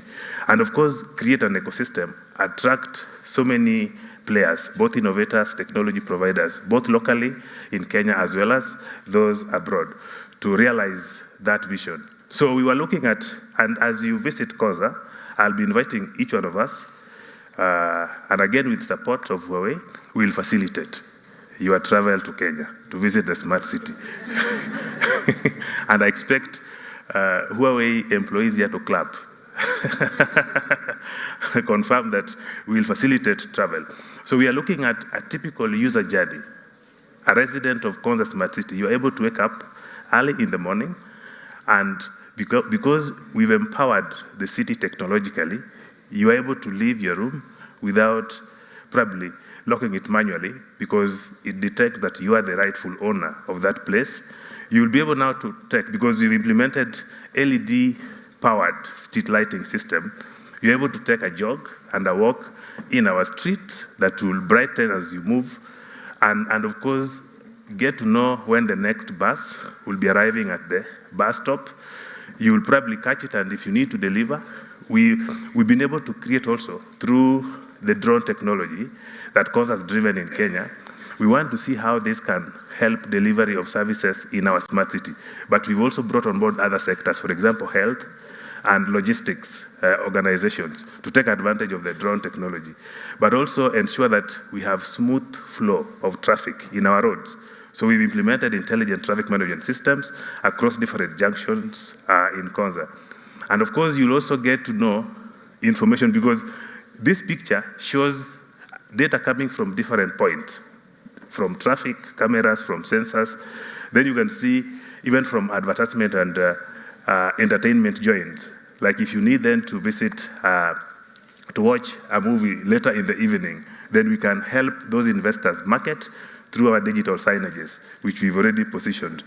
And there's a unique solution we use to collect solid waste, which is a vacuum system. So you separate waste from the source, plastics, papers, and all those from the source, and these are driven. And we minimize again on energy, so they're driven through a vacuum system to a central collection point. At that central collection point, we've striked certain engagements with private sector to recycle them.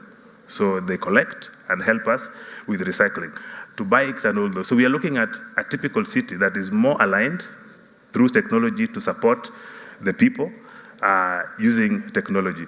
So this journey began a while back, and our engagement with Huawei was back in 2009. But then come 2022, we were able to implement most of the infrastructure that were necessary to support all this overlay, from connectivity to compute to cameras. Then, as at last year, we were now connecting different components. Intelligent traffic systems, we are collecting waste collection systems, we are connecting intelligent building management systems, so that we're able now to showcase this. So our focus now and beyond, because we are not investing, at Konza, we are not investing in technology because it is good to keep pace with the technology. No. Our focus is the people, the value, but also to create opportunities. So what we've decided, we have the infrastructure, we have the IoT platform, the IoC platform, and all those, and now the data that we collect. So we give this data to the innovation communities. So, for example, a solution like a smart water management application is developed locally by an innovator. We pilot it at Konza, but the beauty is it gives an opportunity for that innovator not only now to implement it in Konza, but any other urban space in Kenya. And then now we'll be looking at how we'll be creating jobs through that, but also begin to export technology. Yes, we've been a huge consumer in Africa of technology product, but we want to see how our mutual collaborations now with the likes of Huawei will also build capacity locally to be able now to export this to other destinations. And of course, our typical IoT architecture that I've mentioned, from the different things that we were targeting to get data from.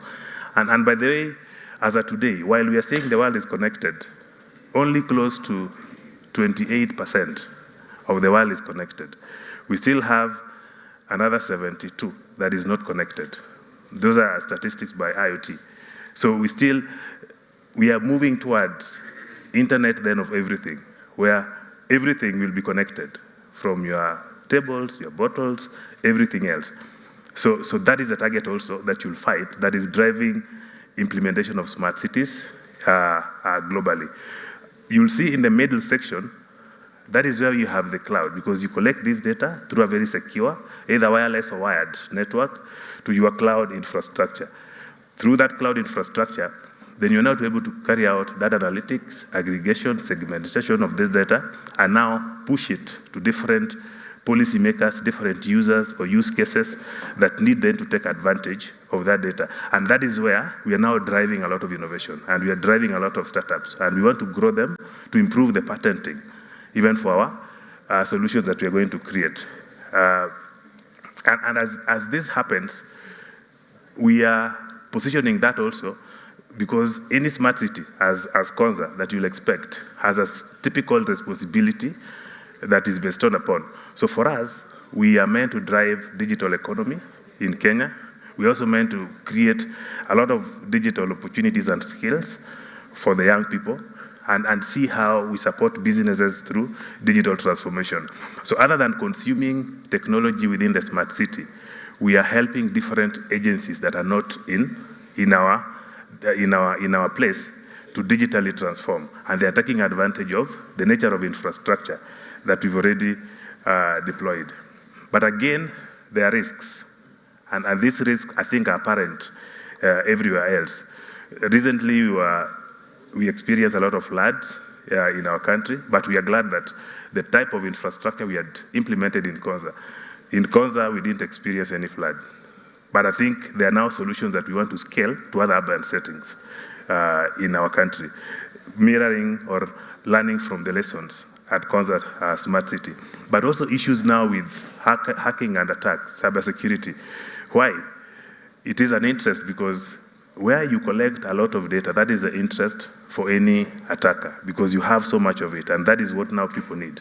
So it is important for us to have created a framework where we work with security service providers. So we sign MSSP agreements with them, and we're able now to conduct penetration tests, empower people, undertake awareness, and so forth, so that this infrastructure is trusted and they're able to use it securely with minimal interferences.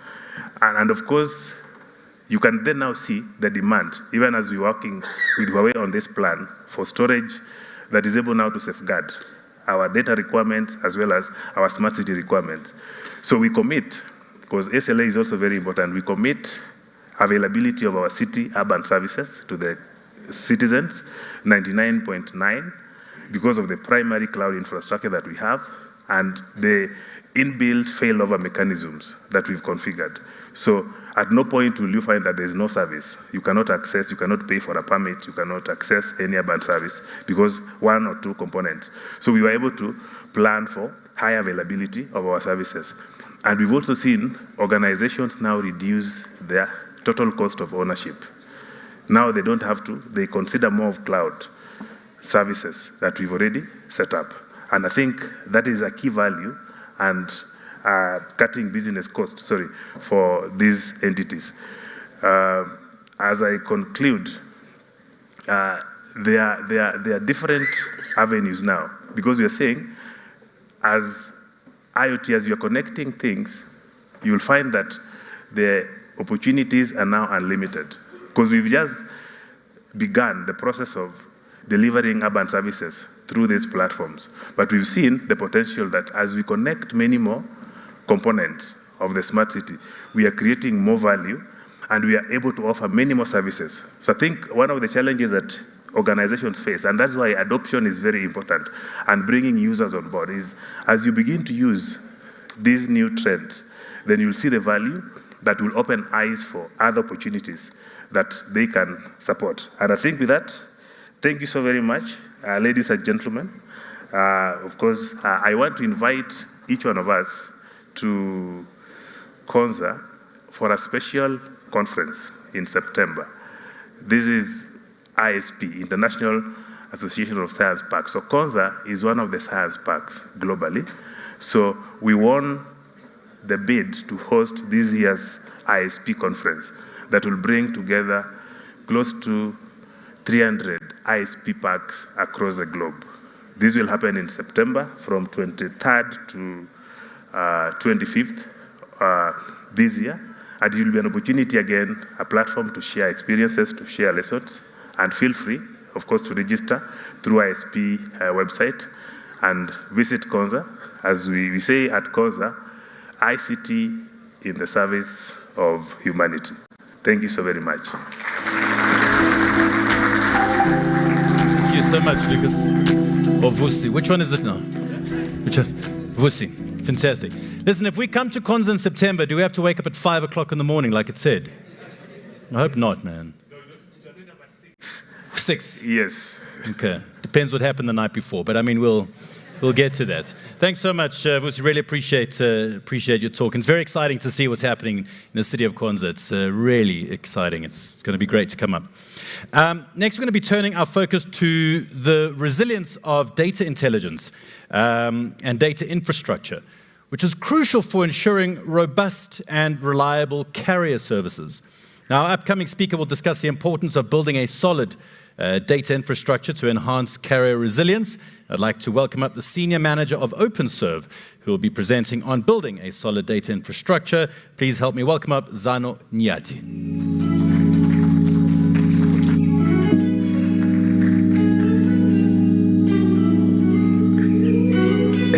Let me quickly get rid of that picture. Good morning, ladies and gentlemen. Program Director, don't worry, I will make up for the time. I could see that you're getting impatient there. So mine is going to be a very short presentation, colleagues. But so that we land properly, let me just begin by saying, some people say cash is king, but for us as OpenServe, data is king. And so it's very important that we create an environment of data and storage and backup system which is very resilient and impervious to malware and what you call ransom attacks. And this is precisely against the background of an experience that we had in the same way that my colleague there, Pandilani, they had a ransomware attack or cyber attack as well. So there was a WannaCry attack in 2017, and OpenServe was not spared from that. But so that I land properly on the partnership that we have with Huawei on the solution that we've adopted to address that threat. Let me just start off by unpacking what it is that we do as OpenServe. That OpenServe, as most people maybe would know in the room, we are an infrastructure provider in the country, and the biggest, in fact. And we now have a huge deployment of fiber in the country.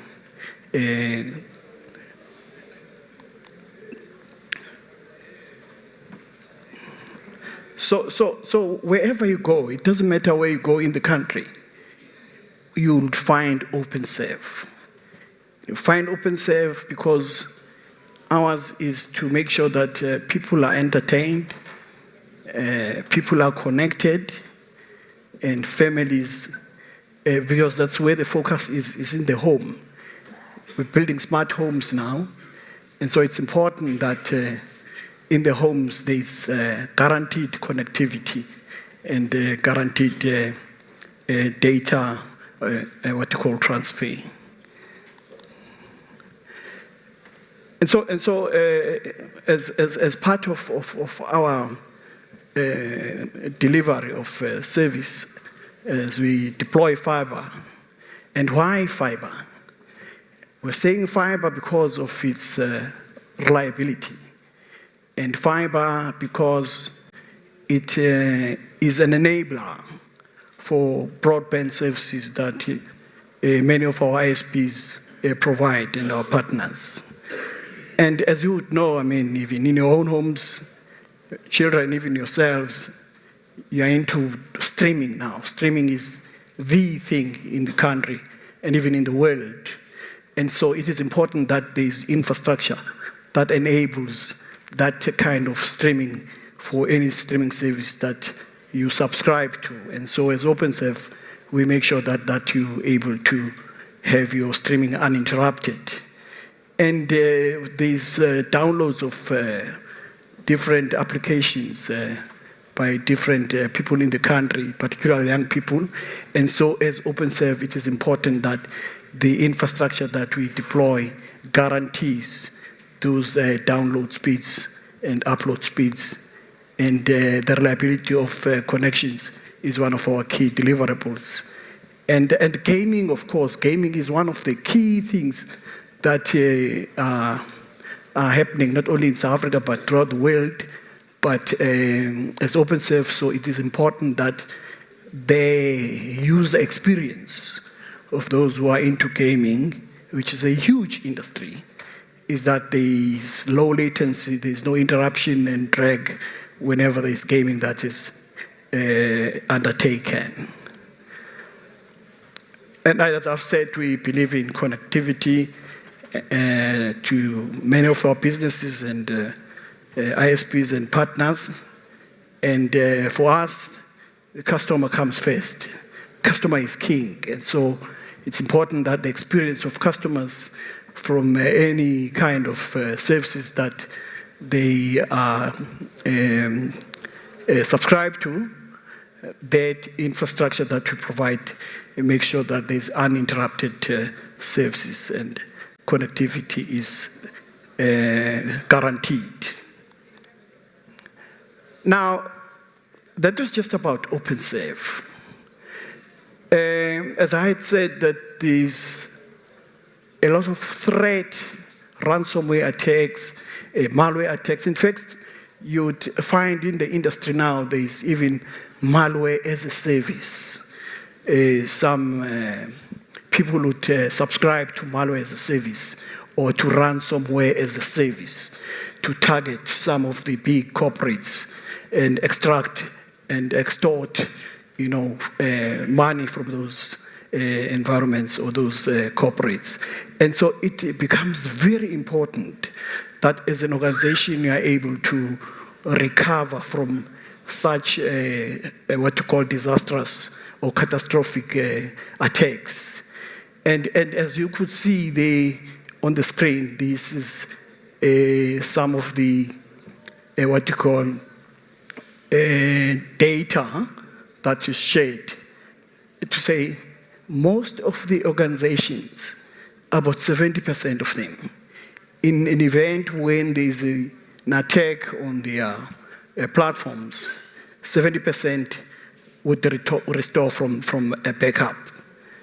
But others, about 46%, would decide it's better to pay.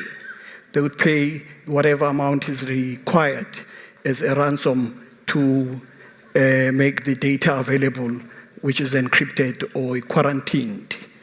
But 2%, they have got other mechanisms of how they would restore the data. Now, when you look at the next slide, it is very critical, of course, that you recover from that catastrophic attack in no time. That source says there has been a decline of organizations being able to recover from such attacks from 14% to 8%, those who are able to recover within a day. Otherwise, for those who are able to recover within a week, it's about 39, it's flat. It's been flat from 2022 to 2023, and from up to a month of recovery period, it's from 27% to 29%, which is good. And similarly, from 1 month to 3 months, it's from 16% to 18% and 4% to 6% to a month. But you don't want to be there. You want to be exactly where you are able to recover in the event of a catastrophic failure within a day. Because the services that are affected, customers that are affected, and there's a loss of revenue in the process. And so you want to be there. And so as OpenServe then, we said in order for us to be there, it is important that we enter into a partnership with a vendor or a supplier would transition us from a month of recovery or a day of or a week of recovery to a day. And hence we entered into a partnership with Huawei to have that kind of solution, which is Ocean Protect. Some organizations would have a primary and a DR backup system, but it is not enough.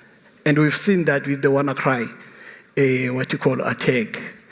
And so hence we then entered into this partnership with Huawei, where we now have a capability of an offline backup, what some others would call a vault system, or if in the olden days, those who would use the tape system, do your backup and put a tape in the cabinet. So it is a similar kind of concept here that we've now adopted, where you would have an isolated zone or an offline backup, so that in the event that even your primary and your what you call your DR system is attacked, and that attack, which is maybe on your primary, is proliferated to your secondary, but you at least have your offline or your vault backup system intact, and then you are able to recover from that. And so you are able to address then those challenges that we are facing, and I think many of us in the room are facing, of ransom attack impact that it would have on your organization, and how you effectively are able to recover from there. And the service interruptions that would come with the system that is attacked, and you take days or a month to recover instead of a day. And so with this system, as OpenServe, we are now comfortable that should we have a malware or a ransomware attack, we are safe. We're able to recover from that vault or from that offline backup system within a day. And so in closing, it is for that reason, friends, sorry, that's the language you use at church, so I thought I'm a church now. It's for that reason, ladies and gentlemen, that OpenServe have now embarked into this joint innovation, collaboration, and partnership with Huawei, so that we have this efficient, reliable, and economical solution to provide for OpenServe, not only for us, but also for our customers, a future-oriented IT infrastructure architecture. Thank you very much.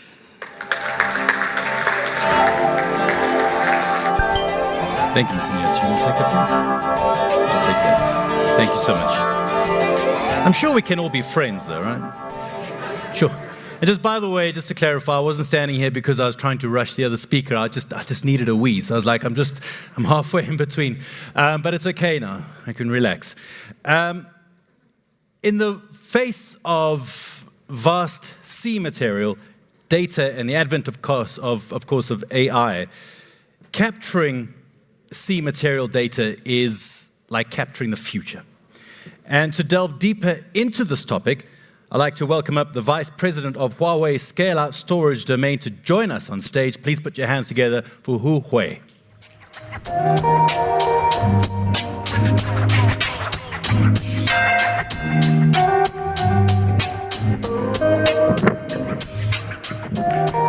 Good afternoon, ladies and gentlemen. Thank you for your coming. And my name is Huawei. I come from Huawei Scale-Out Storage product line. And I'm be honored to be here and also be lucky to be here because my flight was delayed and last night for 2 hours. So I was just landed 1 hour before. But thanks to the hard South Africa people, and they give me hardly help, give me the favor, give me the faster check, so I catch the time. Thank you. So I see I'm lucky to be here. So today I will bring a topic about the Huawei scale-out storage. So for the unstructured data in the AI area. We know that the AI is so important, and actually, the AI already affects a lot of industry. So let me take one of the example, one of the bank in China. I call it Bank X.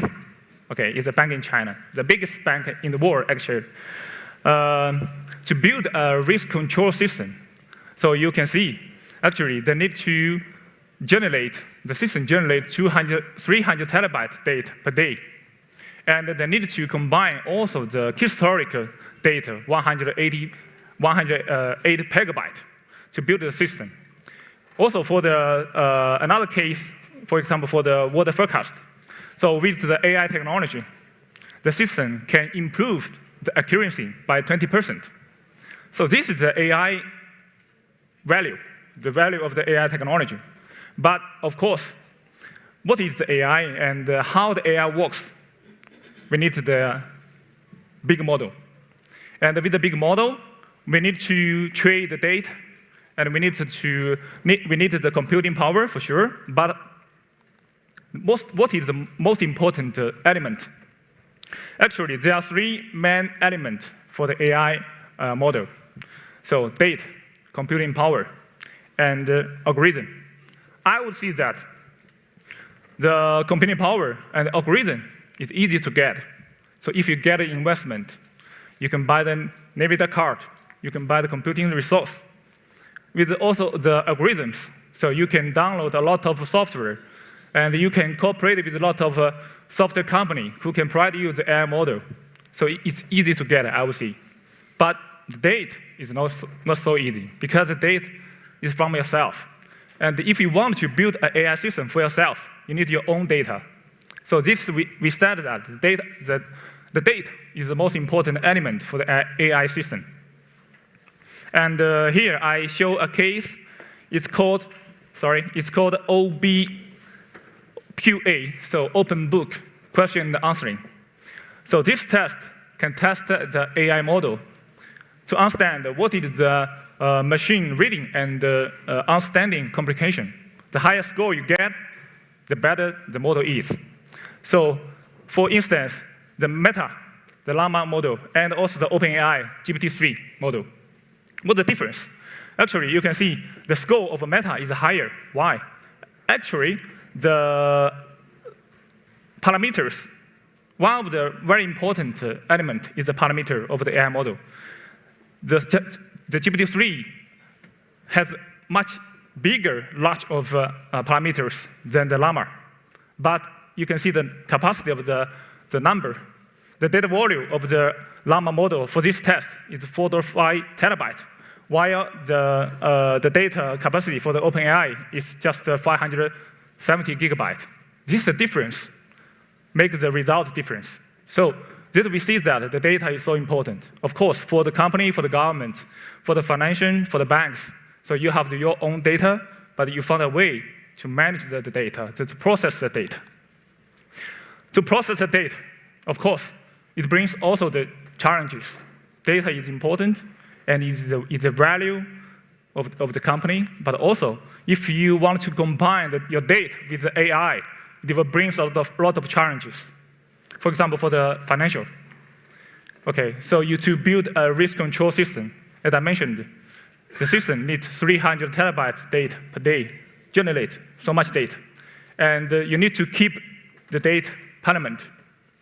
But the space and also the power consumption are limited. So how to manage the data for a bank? Also for the education and the research institute. So normally, they build the HPC system. So they need higher performance. They need to manage the hybrid I/O. Also, sometimes they need a multi-protocol to manage the NAS, or sometimes for the object, and even sometimes for a block. So they need a system to manage the different workload. Also for a smart city system. So before, we have the camera. And we can easily to find the system who support the face recognition. But when you want to enlarge the value of your video to make it not only for security, and sometimes can be a production system, can bring different value to you. In this case, you also can involve the AI system to involve your small model to the big model. So in this case, you also need to process the data. And of course, there are a lot of challenges. And today, I want to bring you one of the best solutions by Huawei. So it's Huawei scale-out storage. As you can see, it's a solution who can support flexible, green, and reliable solution. And in the below, you can see different models. So, for example, the Pacifica 9920 is our latest released version for the all-flash. And in the middle is a balanced system. So it supports both SSD and HDD. And on the right, there's another system for the video, talent for the video. So the model I just mentioned to build the CV big model is with this model. And why I see that this could be the best solution you can have. So I will explain to you one by one. For example, in terms of the flexible, with the foundational innovation in the hardware, in the media, in the software, and also for the algorithms. So Huawei built a system to have an end-to-end optimization. Also, Huawei is not a company to develop the software, also the hardware, and even the disks. So we have the end-to-end capability to optimize the system. So with all this hardware acceleration and the algorithm to manage the hybrid I/O model, also to manage the multiple protocols. So to get a result that the system can reach, the one cluster of system can reach to 20 terabytes per second of bandwidth, and 1 billion IOPS. Also, with the 1.53 million TIPS. Of course, for a normal system, you don't need such a big performance. But when you need it, the system is here.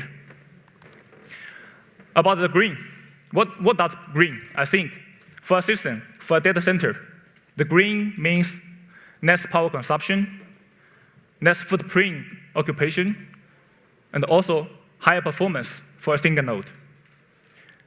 And I just mentioned the latest version of the all-flash scale-out storage, also Pacifica 9920. So it's a system in 2 rack units. It supports up to 36 drives. And each drive can up to 61 terabytes of capacity. And consider also the data reduction. With the compression features, we can reach to 2-to-1 compression and the demarcation ratio. This can help the customer to save the raw capacity. So with we take 20 petabytes of capacity to check the difference with our system and with other vendors. So with the all-flash system, so you can see the power consumption can reach to half watt per terabyte. And also consider performance is double than the HDD. And also consider the footprint occupation, okay? So with the HDD, you may need 5 cabinets to support 20 petabytes. But with this system, you need only 1 cabinet. This is that can make your data center green. I think green is such kind of things.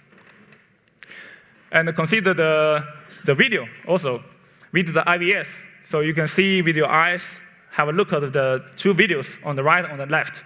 Actually, with your eyes, I think you can't find the difference. But actually, with the algorithm, we already compressed the video. On the left, the video size is 26 megabytes, while with the super coding, it's just 7 megabytes. This is the algorithm to help you to compress your video. And of course, we keep the same high definition to help you to get all the necessary information from the video. About the reliability, so our system can support up to 12 sides of cross-EC, cross-EC. This means what? Okay, so it means that you can lose even one of your data center.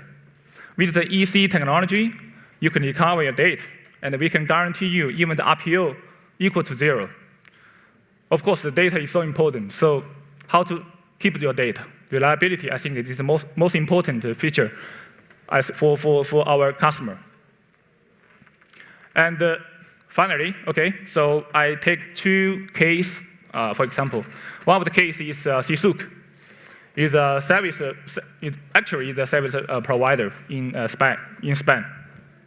And the Sisuk provided the scientific research service for the universities, for the different public institutions. And what it is, when we start to talk about this project, and we know what do they care about this system. They want to have a green system. Also, of course, they want to have a reliable system. But as you can see, this static information. This, we provided them the OceanSoul 9920, the all-flash scale-out system for the performance layer.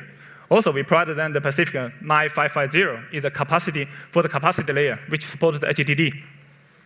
And as a result, on the left, you can see, compared to the other vendor, we help the customer save a lot of money to make the system more green. And consider the power consumption. As I mentioned, now we can reach to half watt per terabyte, because this one is the older version, the last generation. Okay, it's support 25 drives, not instead of 36. But even with this model, we help the customer to reach higher density and also much higher efficiency. Another case in China, in Macau, okay, it's for the video surveillance. With the super coding feature, as I mentioned, we compress the data, and the customer have 30,000 of cameras, so you can merge how many data the cameras will generate.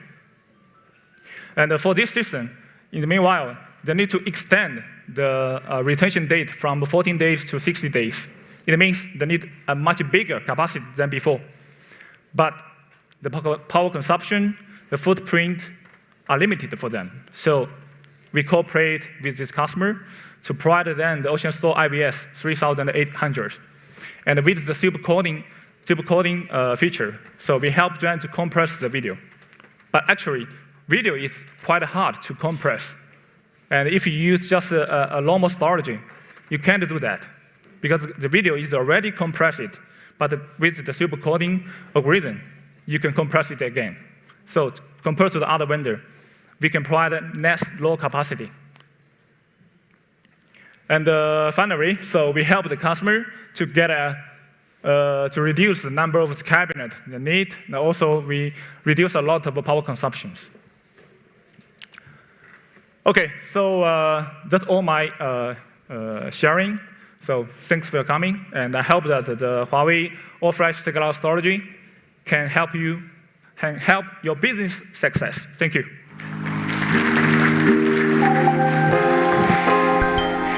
Thank you, Huawei. Appreciate it. Definitely be helping businesses succeed with stats like that. It's weird because I got one little security camera at home with a tiny little, like 2 gig thing. It's weird to see stats like that. It's quite sensational. And the fact that they're going greener as well. It's amazing. It's almost time for lunch. But as we come to the conclusion of today's event, our final speaker is going to be introducing a very exciting new initiative that promises to harness the full potential of data. This launch represents a significant step in our collective journey towards a data-driven future. To present Unleash the Power of Data Together, Ocean Club Global Launch, please help me welcome up the President of Commercial Marketing and Solution Sales Department at Huawei, Mr. Leon Zhu.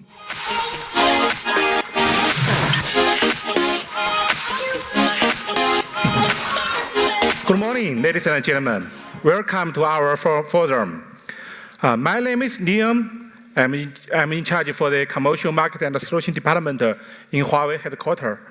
And today is a great honor for me and also lucky for me. I'm in Huawei. I'm with Huawei the same flight. And thank you for the kind and South Africa people again. Thank you. And I can come here. And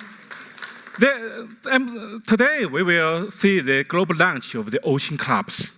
The target of the Ocean Club is let us working together to unleash the power of data. AI has already become the hottest topic since 2022. And so far, all of us believe that AI is reshaping our lives. With the developing of the technology AIGC, we believe that the AI computer power will increase 500 times to 2030. And also, our data volume will be sharply increased.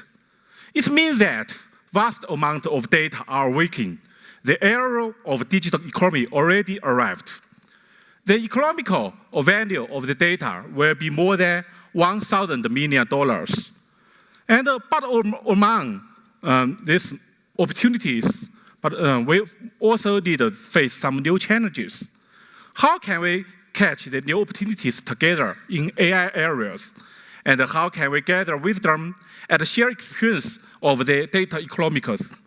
We believe that the Ocean Club will be the best platform for us. So, what is the Ocean Club?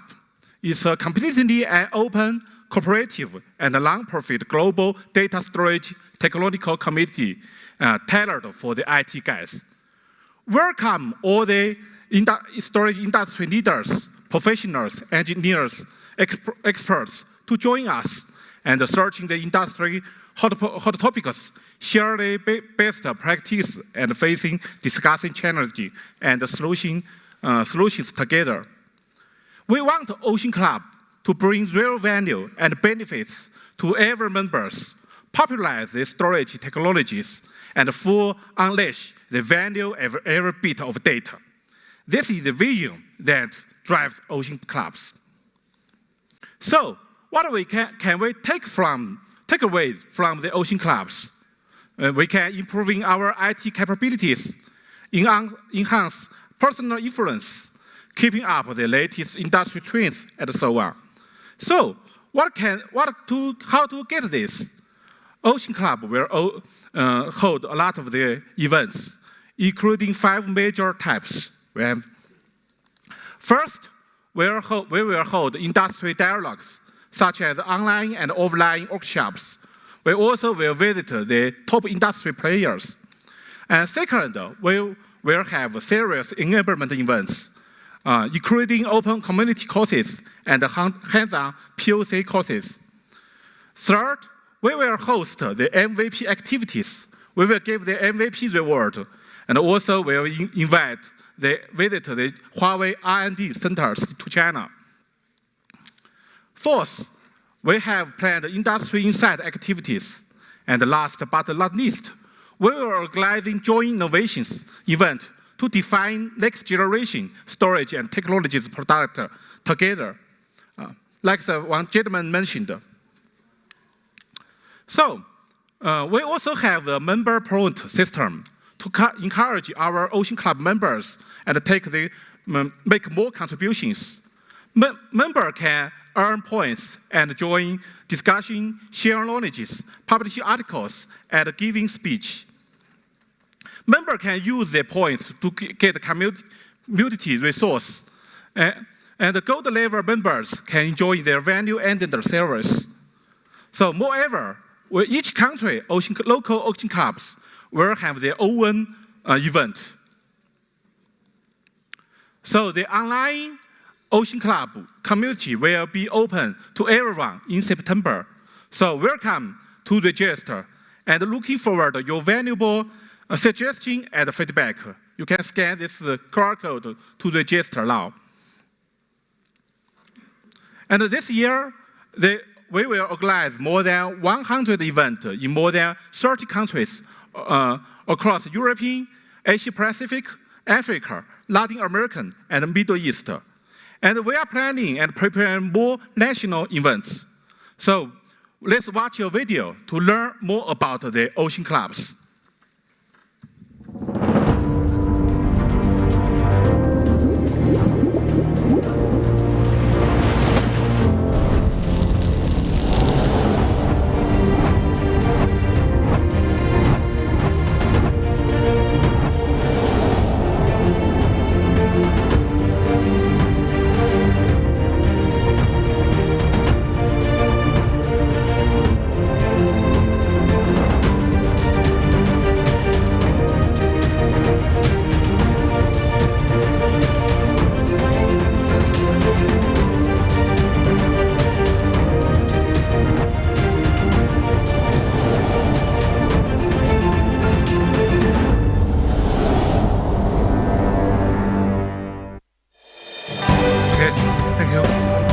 Wonderful. Thank you so much, Leon. Appreciate that. Now, what's interesting about this is that Ocean Club will not launch until we have people's hands on here. I'm not even joking. This is how tech works. Amazing. So I'd like to call up on stage, please, Head of Technology, Gijima, Darren Vastram, to join us on stage. Are you here? Please come and join us on stage. And I'd like you to please place your hand very carefully right there. Yeah, you got to put it there and then leave it there. Okay, great. All right, I'd like to now call up Senior Manager of Storage BCX, Lester Alexander, to please join on stage. Thank you, Lester. All right, you've seen how it's done now. Just on the second hand, please. Make sure it's your left hand, dot the right. It could go haywire. Okay, you got it. Fantastic. Amazing. Next up, the Vice President of Sub-Saharan Africa Enterprise Business, Huawei, Mr. Vincent Chen, to join us on stage. Thank you, sir. Good to have you. Thank you very much. You know what to do. Wonderful. Thank you. Great. Right in the middle. Lovely. Leon Shu, if you could please join me on stage and please place your hand on the number 4th one. This time it's your right hand. It won't work otherwise. Then I'd like to call up the Managing Director of Enterprise Business South Africa Rep Office Huawei, Mr. Jean Shang. Thank you, Jean. Thank you very much. And finally, Head of ICT Skyco Technologies, the Head of ICT Skyco Technologies, Mr. Craig Bissell. Please join us. Thank you very much, sir. All right. Oh, what's going to happen? I don't know. So exciting. All righty. As soon as that hand is placed, brilliant. Let's start the countdown. Here it is.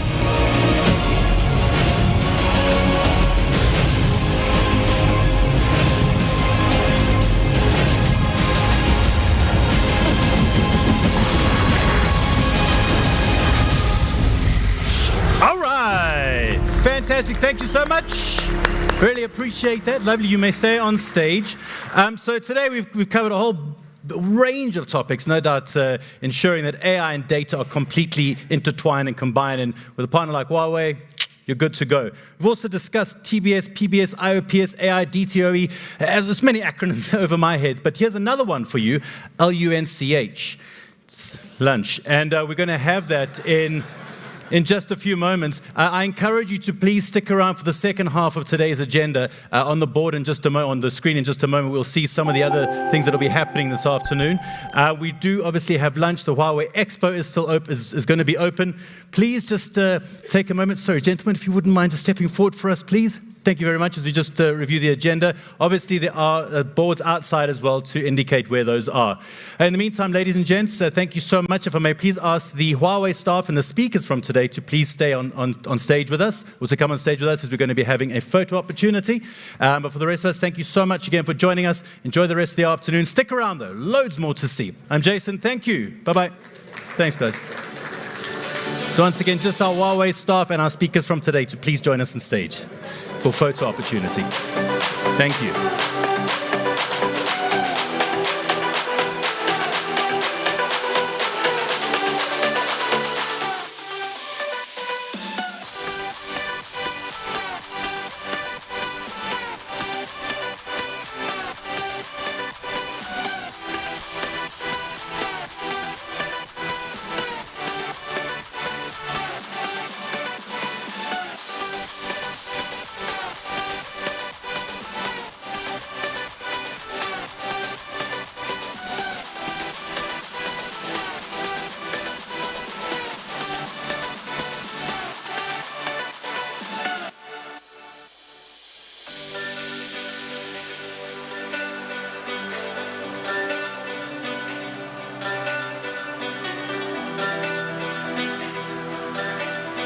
Huawei stop, please. So all the staff of Huawei, please join us on stage as well. Or the Huawei staff, that is. Thank you.